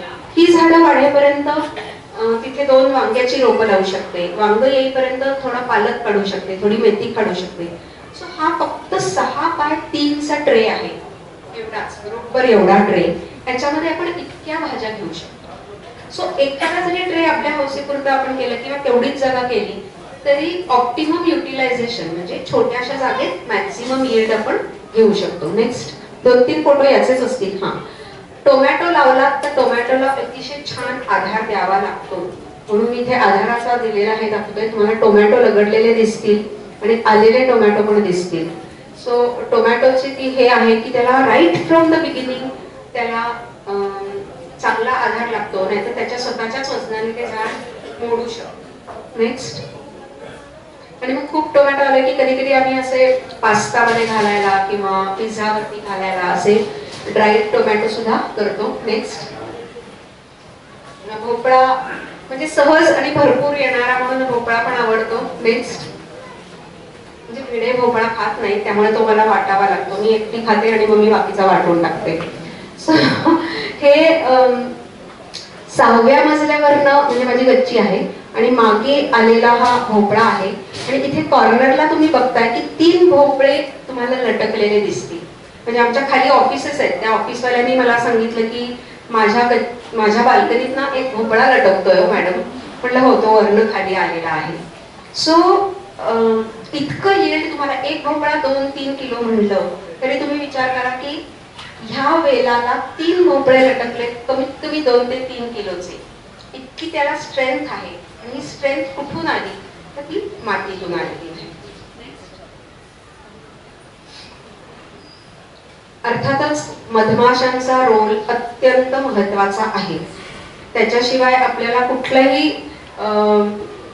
फळ किंवा कुठलंही अन्न मिळू शकणार नाही. सो मधमाशांचं अधिवास तिथे असणं पण महत्वाचं आहे. आणि ती फुलं मधमाशांना भयंकर आवडतात. तुम्ही बघताय त्याच्यात त्या मस्त लोळतायत. त्याच्याशिवाय पॉलिनेशन होत नाही. हा दुधीचा वेल तुम्ही आता इथे वर्ण बघताय. म्हणजे जेवढं चांगली सूर्य ऊर्जा खातील, तिथे मी पुणेरी पाटी लावली आहे. पुणेरी पाटी तुमच्याच मागे आहे, जरा वाचावं दादा. पुणेरी पाटी सूर्य ऊर्जा खाण्यासाठी वेल पाहिजे तिकडे धावतो, त्याला पाहिजे तिकडे धावू द्या, त्याला पुणेरी शिस्त लावू नका. वेलांना भरपूर सूर्य ऊर्जा लागते आणि ती मिळेल अशी आपण व्यवस्था करायला लागते. म्हणजे चांगले व्यवस्थित स्टँड त्याला लावायला लागतात. नेक्स्ट. आणि मग आपल्याला असे मस्त भरपूर भोपळे सुद्धा मिळू शकतात. नेक्स्ट. तोडके इथे मी तोडके आणि हे इथे काय आहे, घोसावळं आहे. सो घोसावळं पण खूप येतं, पण घोसावळ्याला फार आपण काही करू शकत नाही भजीशिवाय. आणि आता हल्ली सगळे हेल्थ कॉन्शियस इतके झालेत की फार भजी आपण खाऊ शकत नाही. पण तरी मी लावते कारण त्याच्या फुलांवरती भरपूर मधमाशा येतात आणि ती फुलं दिसायला पण सुंदर दिसतात. आणि वाळल्यानंतर आपण त्याचा लुफा करू शकतो. म्हणजे पूर्वी आपण करायचो ना घासणी वगैरे, त्यात तसा पण आपण वापर करू शकतो. नेक्स्ट.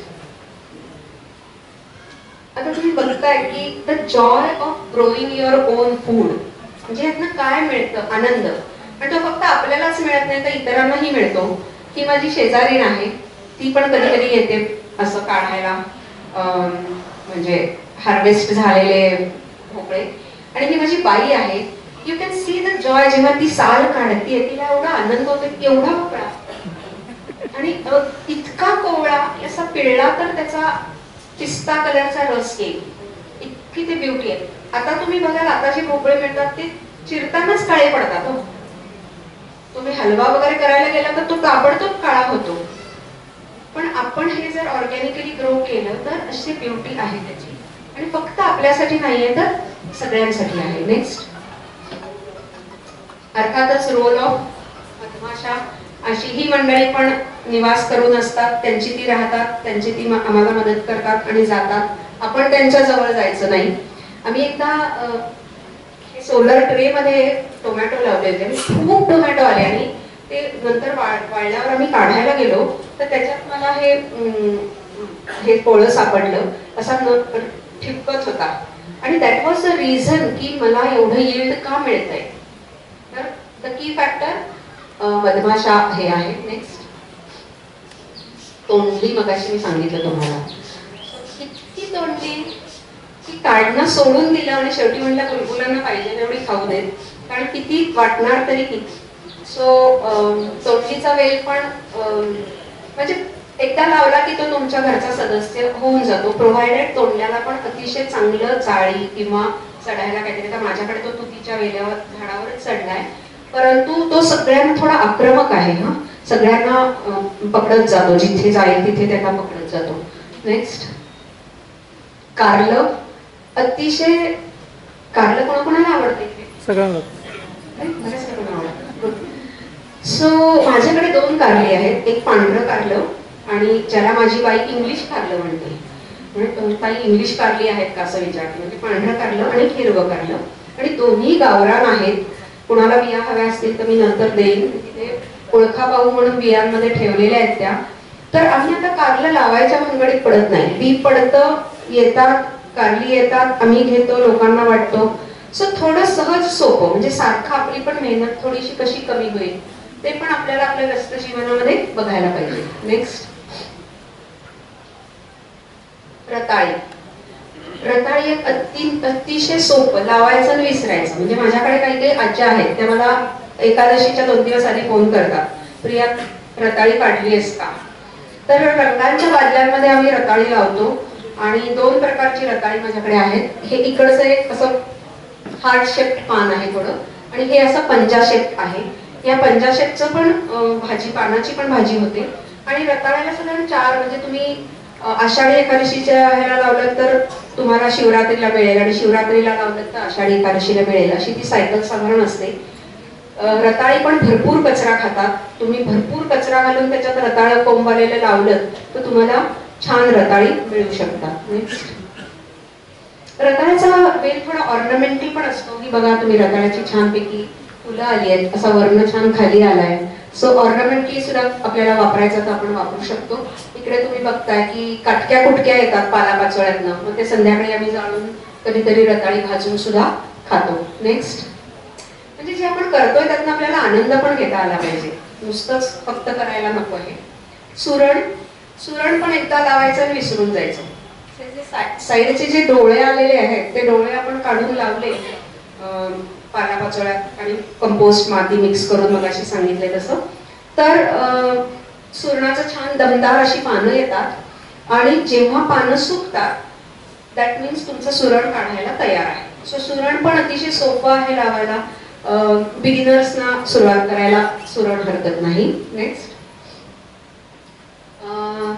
आम्ही वेगवेगळे कंद पण लावतो खूप. इथे एक कंद मी ठेवलेला आहे, त्याचं नाव आहे वराहकंद. तुम्ही जाताना बघा, तर तो मी एका ड्रम मधनं 30 किलो हार्वेस्ट केला. आणि म्हणजे बघा, झाड अन्न बनवतं. आपण कितीही काहीही केलं, चंद्रावर गेलो तरी आपलं अन्न झाडच बनवणार, हे लक्षात ठेवायला पाहिजे. आणि त्याच्यामुळे हे जे ऑर्गॅनिकली की नुसतं पाला आणि माती काहीतरी घातलेलं आहे, त्याच्यामध्ये हा कंद मी लावलेला, हा खूप मोठ्या प्रमाणात तयार होतो वराहकंद, आणि अतिशय चविष्ट लागतो. तुम्ही इथे बघता मी त्याचं काप केलेले आहे. पण त्याची भाजी, आपण बटाट्याची भाजी, रस्सा, किंवा तुम्ही नॉनव्हेज खात असाल तर नॉनव्हेज मध्ये पण ते खाऊ शकता. Because that is the pure organic food, ज्याच्यामध्ये केमिकलचा अंशही नाही. तर असं फूड थोडं तरी आपलं आपण ग्रो करणं शिकलं पाहिजे. ह्याला काहीच मेहनत लागत नाही, म्हणजे आम्हाला थोडं ते आवडतं, ज्यात फार मेहनत लागत नाही ते करायचं. नेक्स्ट, मगाशी सांगितलं तर हे तुतीचं झाड आहे, त्याच्यावर हे वेल चढला आहे तोंडलेचा, आणि मागे तुम्ही बादल्या बघताय त्याच्यात मका लावलेला आहे. Next, dragon fruit. ते पण एक अतिशय सोपं आहे. ज्यांच्याकडे ऊन भरपूर असेल त्यांनी ड्रॅगन फ्रूट लावायला पण हरकत नाही. एक छोटं जरी त्याचं फांदी लावली तरी त्याला वाढून छान ड्रॅगन फ्रुट्स येऊ शकतात. नेक्स्ट, पाणी कमी लागतं मुख्य, आणि देखभाल फारशी लागत नाही. लेट्यूस. इथे तुम्ही या पुढच्या ज्या 2 कुंड्या आहेत पलीकडच्या, त्या 2 लेट्यूसच्या आहेत, आणि त्याच्या मागे जे हिरवं ठेवलंय ते गव्हांकुर आहे. तर लेट्यूस सुद्धा बीनी तुम्ही रोपं तयार करून लावू शकता. नेक्स्ट, म्हणजे पालेभाज्या स्काय इज द लिमिट. त्यातल्या त्यात सोपं सुरुवात करायची असेल तर पालक सोपं आहे, मेथी सोपी आहे, कोथिंबिरीला सगळ्यात शेवटी जा, कारण कोथिंबीर पण थोडीशी नखरेल आहे. गव्हांकुर आम्हाला अतिशय आवडतं, आम्ही रेग्युलर घेतो. म्हणजे सुनीलला सकाळी गव्हांकुराचा रस आवडतो. सो मी अशा छोट्या छोट्या कुंड्या केलेल्या असतात, आणि 1 चमचा फक्त गहू आणि ग्रोईंग मीडियम. आणि तुम्ही बघा, सकाळी जर तुम्ही बघितलं प्रत्येक पानावर एक थेंब असतो पाण्याचा. स्वतः पानांनी, झाडांनी निर्माण केलेलं पाणी, ज्याला बॉटनिकच्या ह्याच्यात ट्रान्सपिरेशन म्हणतात, की ते आपण म्हणतो ना कार्बन घेतं, ऑक्सिजन सोडतं, पाणी सोडतं. हवेत झाडांमुळे गारवा राहतो कारण ते पाणी पण सोडत असतात. आणि त्याचं हे तुम्हाला रोज बघायला, म्हणजे आम्हाला ते नुसते थेंब बघून सुद्धा एवढं छान वाटतं. आणि नंतर आपण असा ग्लास भर ज्यूस घेऊ शकतो. अगदी कुणकुणे पार्सलचे येतात त्याच्यात सुद्धा एक चमचाभर आपण गहू टाकून गव्हांकुर करू शकतो. सो केळ म्हणजे मायक्रो टू गव्हांकुर, मॅक्रो टू मायक्रो, असं तुम्ही काहीही जे तुम्हाला हवं ते फूड म्हणून निर्माण करू शकता. नेक्स्ट, तुळस. बहुतेक लोक, मी मुद्दाम ही एक स्लाइड टाकली आहे कारण बहुतेक लोक मला सांगतात की तुळस आमच्याकडची जगतच नाही. तर तुळशीच्या 2-3 गोष्टी लक्षात ठेवण्यासारख्या आहेत की तुळशीला पाणी कमी लागतं, ऊन भरपूर लागतं आणि तुळस मध्ये मध्ये हार्वेस्ट करायला लागते, तोडावी लागते. म्हणजे मी म्हणलं म्हणूनच कदाचित आपल्याकडे तुळशीची माळ घालायची, तुळशीचा हार घालायचा, कारण त्या निमित्ताने ती हार्वेस्ट होते. तर त्या 2-3 गोष्टी तुळशीच्या बाबतीत लक्षात ठेवा. नेक्स्ट, थोडीशी फुलांची विविधता बघूया. जरा मला वेळ सांगा, 10 मिनिटं तरी लोकांना प्रश्न.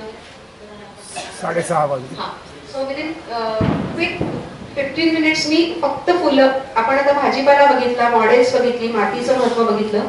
क्विकली आपण काय काय फुलं लावू शकतो ते बघूया. अर्थातच वेलवर्गीय म्हणजे जाई, जुई, मोगरा, सायली, मदनबाण हे सगळं आपण लावू शकतो. वेलवर्गीय लावलं तर त्याला आधार नेसेसरी आहे. काही ऑर्नामेंटल्स पण आपण लावू शकतो. नेक्स्ट, जास्वंदीला मी 5 मिनिटं मुद्दाम देणार आहे कारण जास्वंदीवर सगळ्यांकडे कीड येते. पण मी जसं आता तुम्हाला सांगितलं की तुम्ही झाडाची इम्युनिटी वाढवायचा प्रयत्न करा. रेग्युलर नीम पेंट आणि थोडीशी राख घालत चला. आणि म्हणजे कीड आणि जास्वंद याची थोडं ॲफिनिटी आहे. काही काही झाडं त्या किडीला, पांढरी माशी वगैरे त्यांना आवडतात. तर तसं पेरू एक आहे, कर्दळ एक आहे, त्याच्यामध्येच जास्वंद सुद्धा येते. सो जास्वंदीचा हेल्थ मेंटेन करण्यासाठी नीम पेंट कडून तर घालायचंच आहे. नीम अर्क जो असतो म्हणजे नीम ऑइल जे मी तुम्हाला सांगितलं ते जर तुमचा असं फवारायचा पंप असेल तर 1 चमचा नीम ऑइल आणि 1 चमचा निरमा किंवा कुठलाही सर्फ पावडर घालायची आणि शेक करून ते झाडावर फवारा. म्हणजे that is another preventive medium. Next, हा एक अतिशय सोपा उपाय आहे. शेतकरी लोक, बरेच लोक अशा त्यांना पिवळ्या चिकटपट्ट्या मिळतात, पण आपण घरी पण हे करू शकतो. एखादी रिकामी बाटली अशी प्लास्टिकची असेल तर त्याला पिवळा टेपनी गुंडाळायचंय आणि व्हाईट व्हॅसलीन लावून ती तुम्ही लटकवून ठेवा तुमच्या बागेत. पिवळ्या रंगाचे टेप लावलेली बाटली लटकवून ठेवा. त्याच्यावर कीड चिकटते, त्यांना पिवळा रंग आवडतो. सो हे सोपा उपाय आहे, हा पण तुम्हाला करून बघायला हरकत नाही. चिकटलेल्या नंतर आपण काढून टाकू शकतो. नेक्स्ट, अर्थातच चाफा, जास्वंद, आपलं जाई आणि शेवंती थोडंसं रियूज रिसायकल असल्यामुळे जुन्या ह्याच्यातनं सुद्धा लावत असते मी. नेक्स्ट, ही जी पहिली हे आहे हे कुंती म्हणून खरं मोठा वाढणारा वृक्ष आहे. पण मी सजेस्ट करेन ज्यांच्याकडे मोठ्या जागा आहेत त्यांनी कुंतीचं एखादं तरी झाड लावा.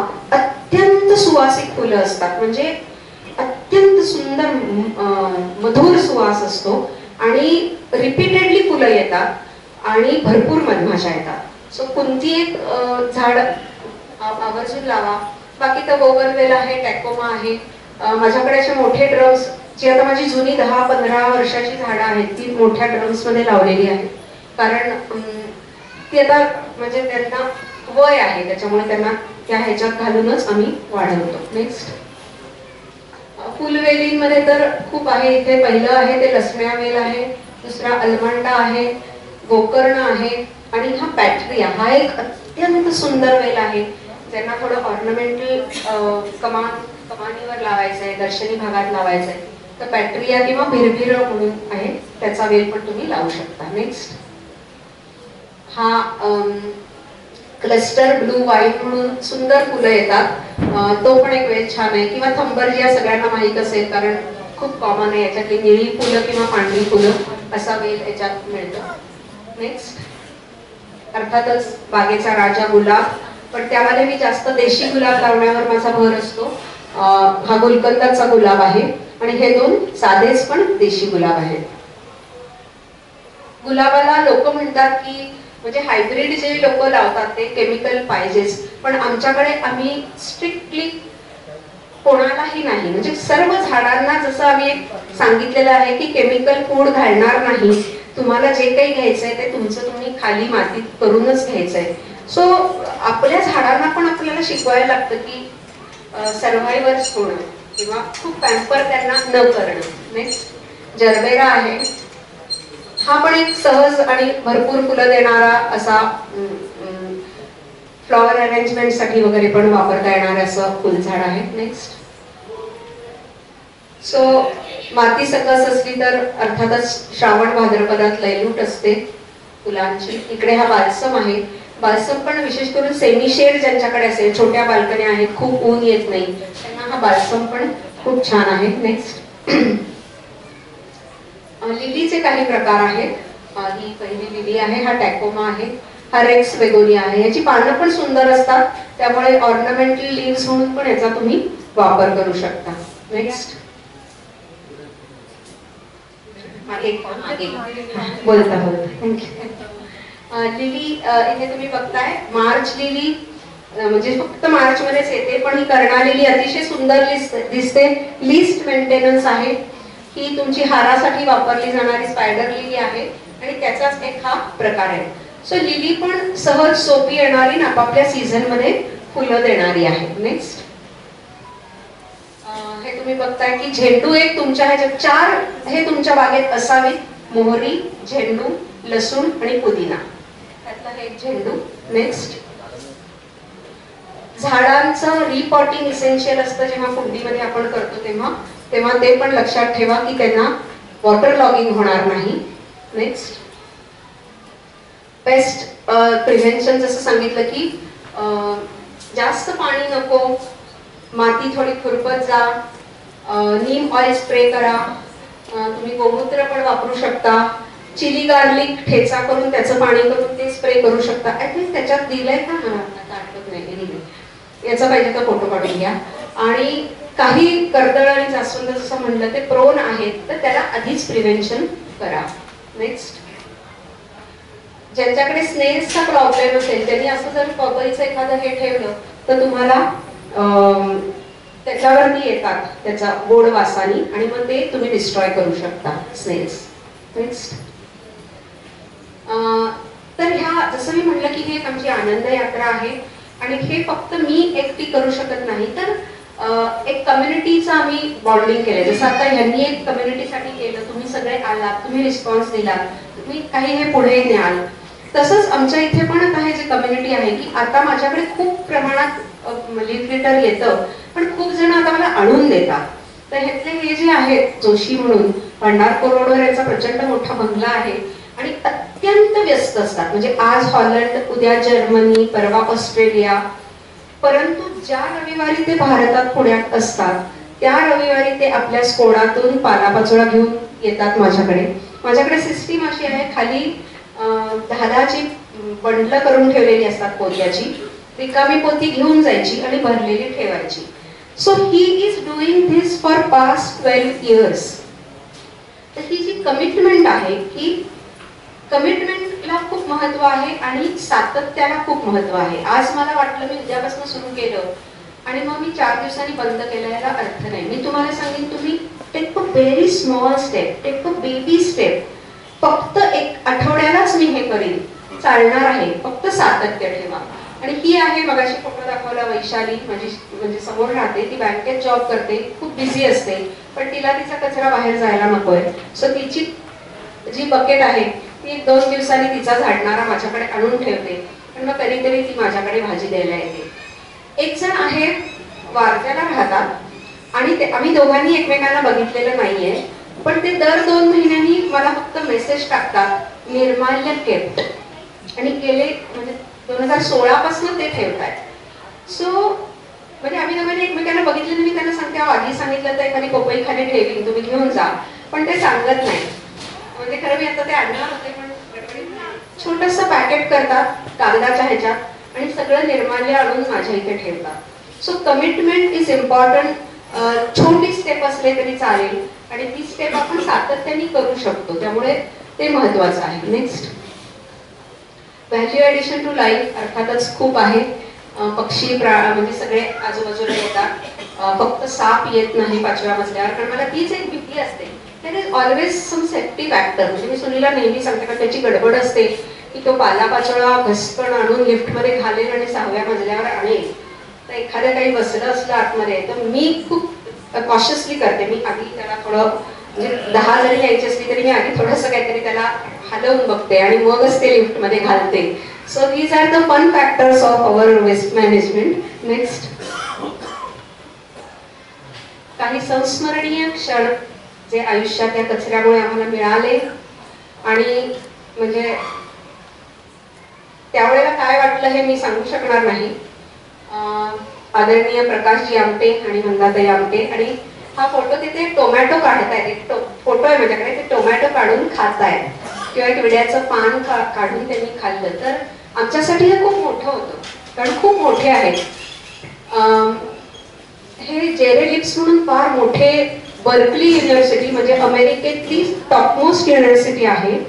तिथे हे क्लायमेट चेंजवर काम करतात आणि त्यांचा मेन फोकस हा आहे की how citizens can take small step to combat with climate change. प्रत्येक नागरिकांनी घेतलेली छोटी स्टेप किती महत्वाची आहे.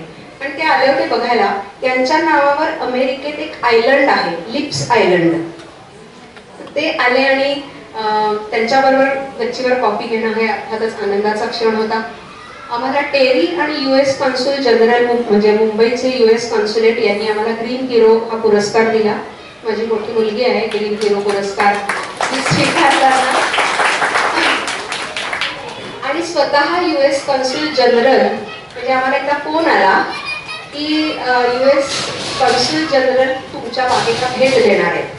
तर माझ्या पायाखालची जमीन सरकली, कारण माझ्याकडे कचऱ्याचं साम्राज्य असतं. सुनीला म्हटलं अरे म्हणजे हे आता कसं काय आपण मॅनेज करणार आहे. तर तो म्हणला नाही ठीक आहे, आपण हे करतोय हेच ते बघायला येणार आहेत, सो रिलॅक्स, बघू देत जे काय आहे ते. आणि त्यांनी पण, म्हणजे त्यांची खरं आमच्याकडे अर्धाच तास व्हिजिट होती, ज्याच्यासाठी आधी 2 दिवस स्क्वॅड येऊन, कुत्रा स्क्वॅड येऊन सगळं आमचं घर बघून गेले होते. पण अर्ध्या तासाची हे त्यांनी 1.5 तास केली. आणि ह्या ज्या मधल्या आहेत त्यांच्या सहकारी हे, तर त्यांना त्या गार्डनिंग करत होत्या, त्या मुंबईत पण गार्डनिंग करत होत्या. तर त्यांनी मला विचारलं your soil is so live, तर can I get few earthworms. आणि मग मी त्यांना एक अर्थवर्मचा बॉक्स भेट दिला. सो मला असं वाटतं अमेरिकेतल्या कोणाला तरी मी अर्थवर्म्स दिली, सो तुम्हाला पण मी नक्कीच देऊ शकते. सो कचऱ्यातून मिळालेला हा आनंद आहे. नेक्स्ट, 19 मध्ये आम्ही एक खूप मोठं प्रदर्शन केलं. आणि म्हणून मी तुम्हाला मगाशी जे सांगितलं की तुम्ही असं काहीतरी इनिशिएटिव्ह, आता तुमचं खूप छान सशक्त ग्रुप आहे, ऍक्टिव्हली तुम्ही काहीतरी करणार आहात, तर अधिक लोकजागृतीसाठी आपण काय करू शकतो, म्हणजे एक्सटेंडिंग अवर हे, किंवा मला नेहमी वाटतं की आपण असं ठिपक्याची रांगोळी असते ती ठिपके जोडणे, तर तसं तुम्ही काहीतरी करू शकता. एखादं मोठं प्रदर्शन जर का केलं, प्रत्येकाचे काय एफर्ट्स आहेत ते जर लोकांपुढे मांडले तर एकदम लोकांना शिकता येतं. म्हणून आम्ही एक कुटुंब एक प्रयोग अनेक असं 19 मध्ये प्रदर्शन केलं होतं. आणि तुम्हाला सांगते महाराष्ट्रातून लोक आली, म्हणजे 2 दिवसात 2000 लोकांनी प्रदर्शन बघितलं. तर असेही काही एफर्ट्स आपण करू शकतो. Next, thank you very much for your patience. खूप माहिती दिली आहे, पण I hope you all enjoyed it. आणि aeration is the key factor, आणि ते मेंटेन करण्यासाठीच पालापाचोळा वापर तिकडे कोणतरी आहे. मुंग्या होण्याचं कारण वेगळं असतं की त्याच्यातनं जे मातीमध्ये जे साखरेचे कण आपोआप असे निर्माण, वेगवेगळे स्त्राव येत असतात, तर त्याच्यामुळे लाल मुंग्या होतात. तर उपाय असा आहे की तुम्ही हळद घालून बघा, आणि तिथे सुद्धा कल्चर घातलं, IVEM हे जे सोल्युशन आहे किंवा इनोराचं, तर विघटन होताना जे चुकीचे स्त्राव तिथे येत नाही, मुंग्यांना खायला मिळालं तर येणार आहे. तसंच काळ्या मुंग्यांचा मी ऍड्रेस केला नाहीये. काळ्या मुंग्या पण का होतात, तर बऱ्याच वेळेला आपल्या कुंडीमध्ये कुठे कुठे कोरड्या अशा पोकळ्या राहतात. आपण पाणी असं इथनं समजा पाईपने असं घालतो आणि सगळ्या बाजूनी जर पाणी गेलं नाही तर मध्ये पोकळ्या राहतात, आणि त्यांना काळ्या मुंग्यांना it becomes a good breeding करण्यासाठी जागा, त्यामुळे कधी कधी तुम्हाला पांढरी अंडी मुंग्या अशा पळताना बागेत दिसतील. तर मग अशा वेळेला चांगलं खुरपून घ्या आणि सर्व बाजूनी पाणी घाला. मुंग्यांचा ऍड्रेस. Nice question, thank you. मला विचारायचे की समजा आपण हे पालापाचोळा टाकायला सुरुवात केली तर किती काळ लागतो त्याला किती माती व्हायला? युजली 3 महिने लागतात, परंतु आपण हे वापरलं तर तो 45 दिवस येतो. पण आमचं म्हणणं असतं की पूर्ण दळदार माती होईपर्यंत तुम्ही थांबू पण नका. हीट फेज गेली म्हणजे तुम्ही काळपट जरी पडला तरी तुम्ही तुमच्या झाडांभोवती ते घालू शकता. मल्चिंग करायला किंवा कुंडी भरायला पण तुम्ही ते वापरू शकता. माती आणि खत असे दोन्ही एकत्र वापरू शकतो? हो हो हो, अगदीच. म्हणजे तुमचं आधीचं कंपोस्ट वापरू शकता किंवा माती आणि हे निम्म मिक्स केलं तरी चालणार. केळीचं माझे मी एका ठिकाणी बॅरलमध्ये 200 लिटर तुम्ही सांगितलं आपण 200 लिटरच्या बॅरलमध्ये प्लॅस्टिकच्या केळी लावून त्याला मुंग्या झाला. हा, तर मग मुंग्या भागात म्हणूनच सांगितलं की तुम्ही थोडंसं कल्चर घाला. म्हणजे कल्चर घातलं की चांगले जीवाणू तिथे येतील आणि मुंग्यांचा गड सुद्धा आलेला आहे. अरे वरती लागले आहेत. मग सरळ पाणी मारा. प्राणीजन्य खत आवडतं, सो तुम्ही म्हणजे अंड्याची सालं घालू शकता किंवा बाहेर बोनमील म्हणजे हाडांचा चुरा मिळतो. पपई असो किंवा लिंबू असो, या सर्व ह्यांना फिश वेस्ट असेल, मासळी खत असेल तर हे तुम्ही वापरा. म्हणजे त्यांना ते रिक्वायरमेंट आहे. फळ येण्यासाठी प्राणीजन्य खताची रिक्वायरमेंट आहे. हा, आणि आता मध्ये टेरेसवरची आता रताळी काढायची, पण असं बऱ्याच ठिकाणी ते मुंग्या आले का हल्ला करतात का नाही, मी तिथं ते रताळी काढायला जात नाही, ह्यांना घेऊन जाणार आहे. तर ते म्हणजे मुंग्याचं तुम्हाला सांगते, सुरुवातीला हळद घाला आणि बाजूला होतील. आणि मुंग्या होण्याचं कारण काय ते समजून घ्या. म्हणजे तेच कारण आहे की तुम्ही तुमच्या त्या मातीमध्ये थोडंसं कल्चर घातलं. जे चुकीचे पॉलिसॅकेराइड्स वगैरे असे म्हणतात छोटे छोटे, ज्याला मुंग्या अट्रॅक्ट करतात. सो ते सोपं आहे. आणि जीवाणू मी वापरत नाही आता खूप. मी म्हणजे ते एक सांगू इच्छिते की बागेमध्ये खूप जण खूप काही करत असतात, तर मी केलंय ते शेअर केलंय. तर मी जीवामृत वापरत नाही. आम्ही शेण पाणीच वापरतो. मी जे काय वापरते ना तिथे ठेवलेलं आहे. त्यातले कांदा साधं वगैरे पण मी वापरत नाही. म्हणजे मी फार मेहनतीचं ठेवत नाही. आणायचं आणि झाडांना खायला घालायचं, कारण खूप मोठा स्केल आहे. पाणी करत बसा, फवारत बसा, एवढं तर मला वेळच नाही. येस, ते भाजीपाला लावायचा असेल तर. अदरवाईज सेमी शेडची बाल्सम सारखी फुलझाडं आहेत, ती तुम्ही लावू शकता. बोरच्या पाण्याने काय? आणि आपले बोरचं पाणी वापरा, पण आपलं तांदूळ धुतलेलं, डाळ धुतलेलं हे पाणी पण कल्चर म्हणजे हे आता पुण्यात इनोरा, मला माहिती नाही इथल्या तुमच्या ऍग्रिकल्चरकडे कुठे मिळतं का.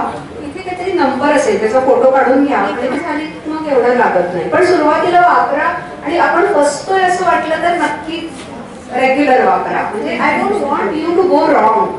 चुकायला नकोय. चुकलं की मग बंद करतात लोक.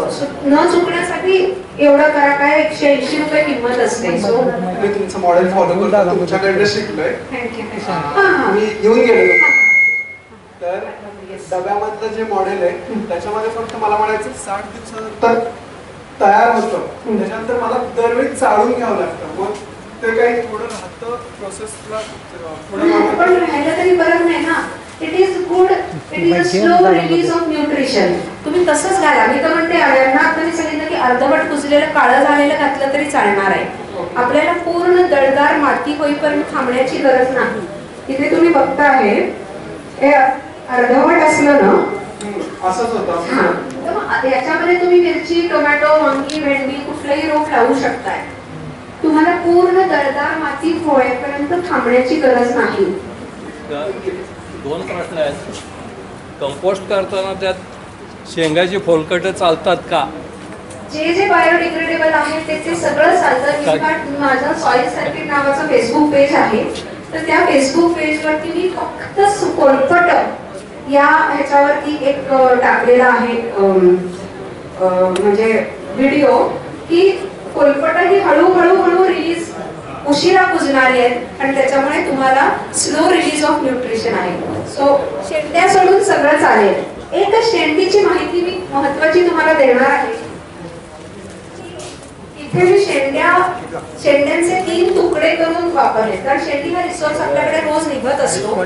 तर तुम्हाला जर वापरायचं असेल तर एका शेंडीचे असे 3 तुकडे करून वापरा. ही शेंडी आहे साधारण इतके, म्हणजे त्याची क्वांटिटी राहायला नको.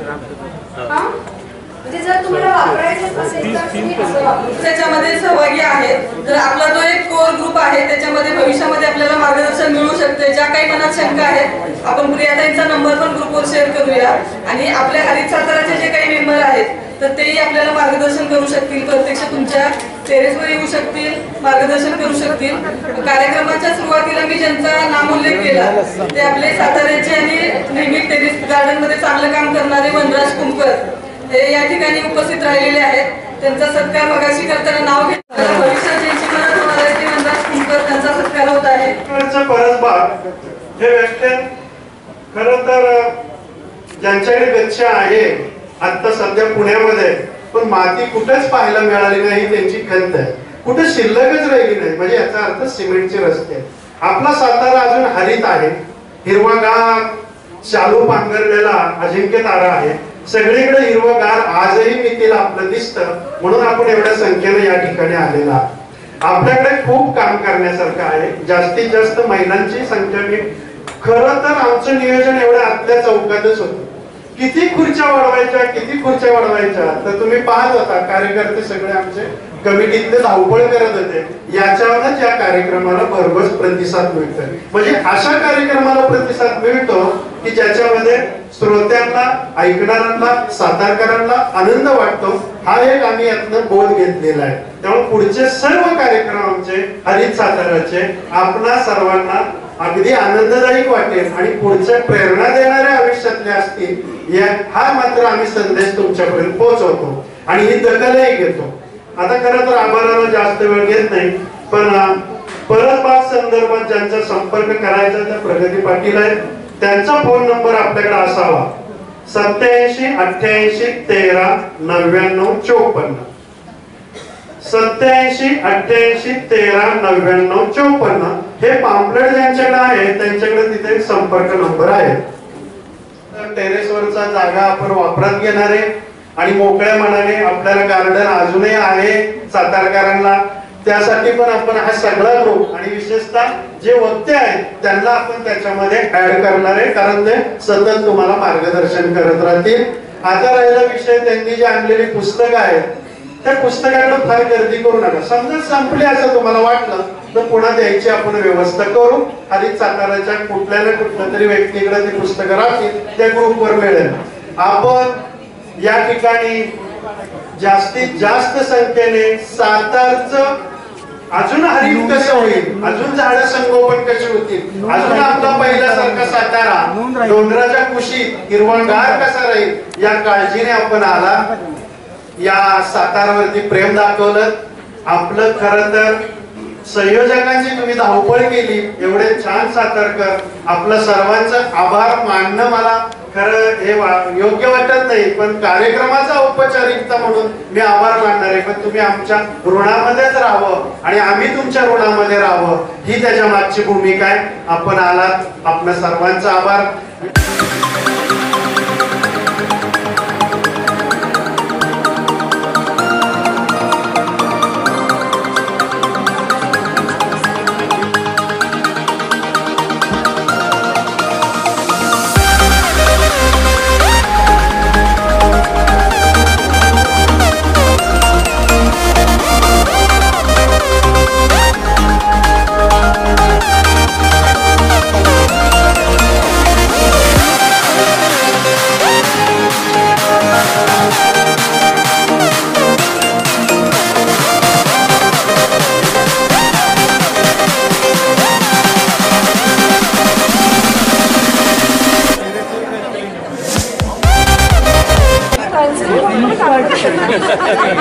जी अशी रांगोळीसाठी कुणीतरी सर्जकतेने जोडावे लागते. अतिशय उत्कृष्ट रांगोळी हे सगळं आपण करतो पण आपल्याला आवडतं, आपल्याला आता त्याचे जवळलेलं आहे, बरोबर आहे. परंतु परंतु जेव्हा आपण एक सोशल रिस्पॉन्सिबिलिटी म्हणून मी लोकांना सांगते बिहेवियरल चेंज एकदम होणार नाही शक्य म्हणजे जरी मला आज पटलं तरी प्रत्यक्षात ते यायला वेळ लागेल एक टाइम पण होईल. आता माझा विचार जेव्हा तुम्हाला कळेल की त्यात आनंद आहे, एक सोशल रिस्पॉन्सिबिलिटी केल्याचं समाधान आहे, मग आपण हळूहळू आता लोक सांगतात ते ड्रम फिरवा, ड्रम हलवा, आपला कचरा हलवा, म्हणजे कुठेही तुम्हाला ते हलवा ढवळा दिसणार नाही, कारण आपला कचरा आपल्याला बघायला नको म्हणून आपण फेकतो. म्हणजे आपला कचरा हलवत कोण बसणार, ढवळत कोण, परत ते खालचा वर झालेला कोणाला बघायला हवं आहे. म्हणून आम्ही थर पद्धत का की पाला झाका, पाला बघायला वाईट, ज्यात सहजता आहे.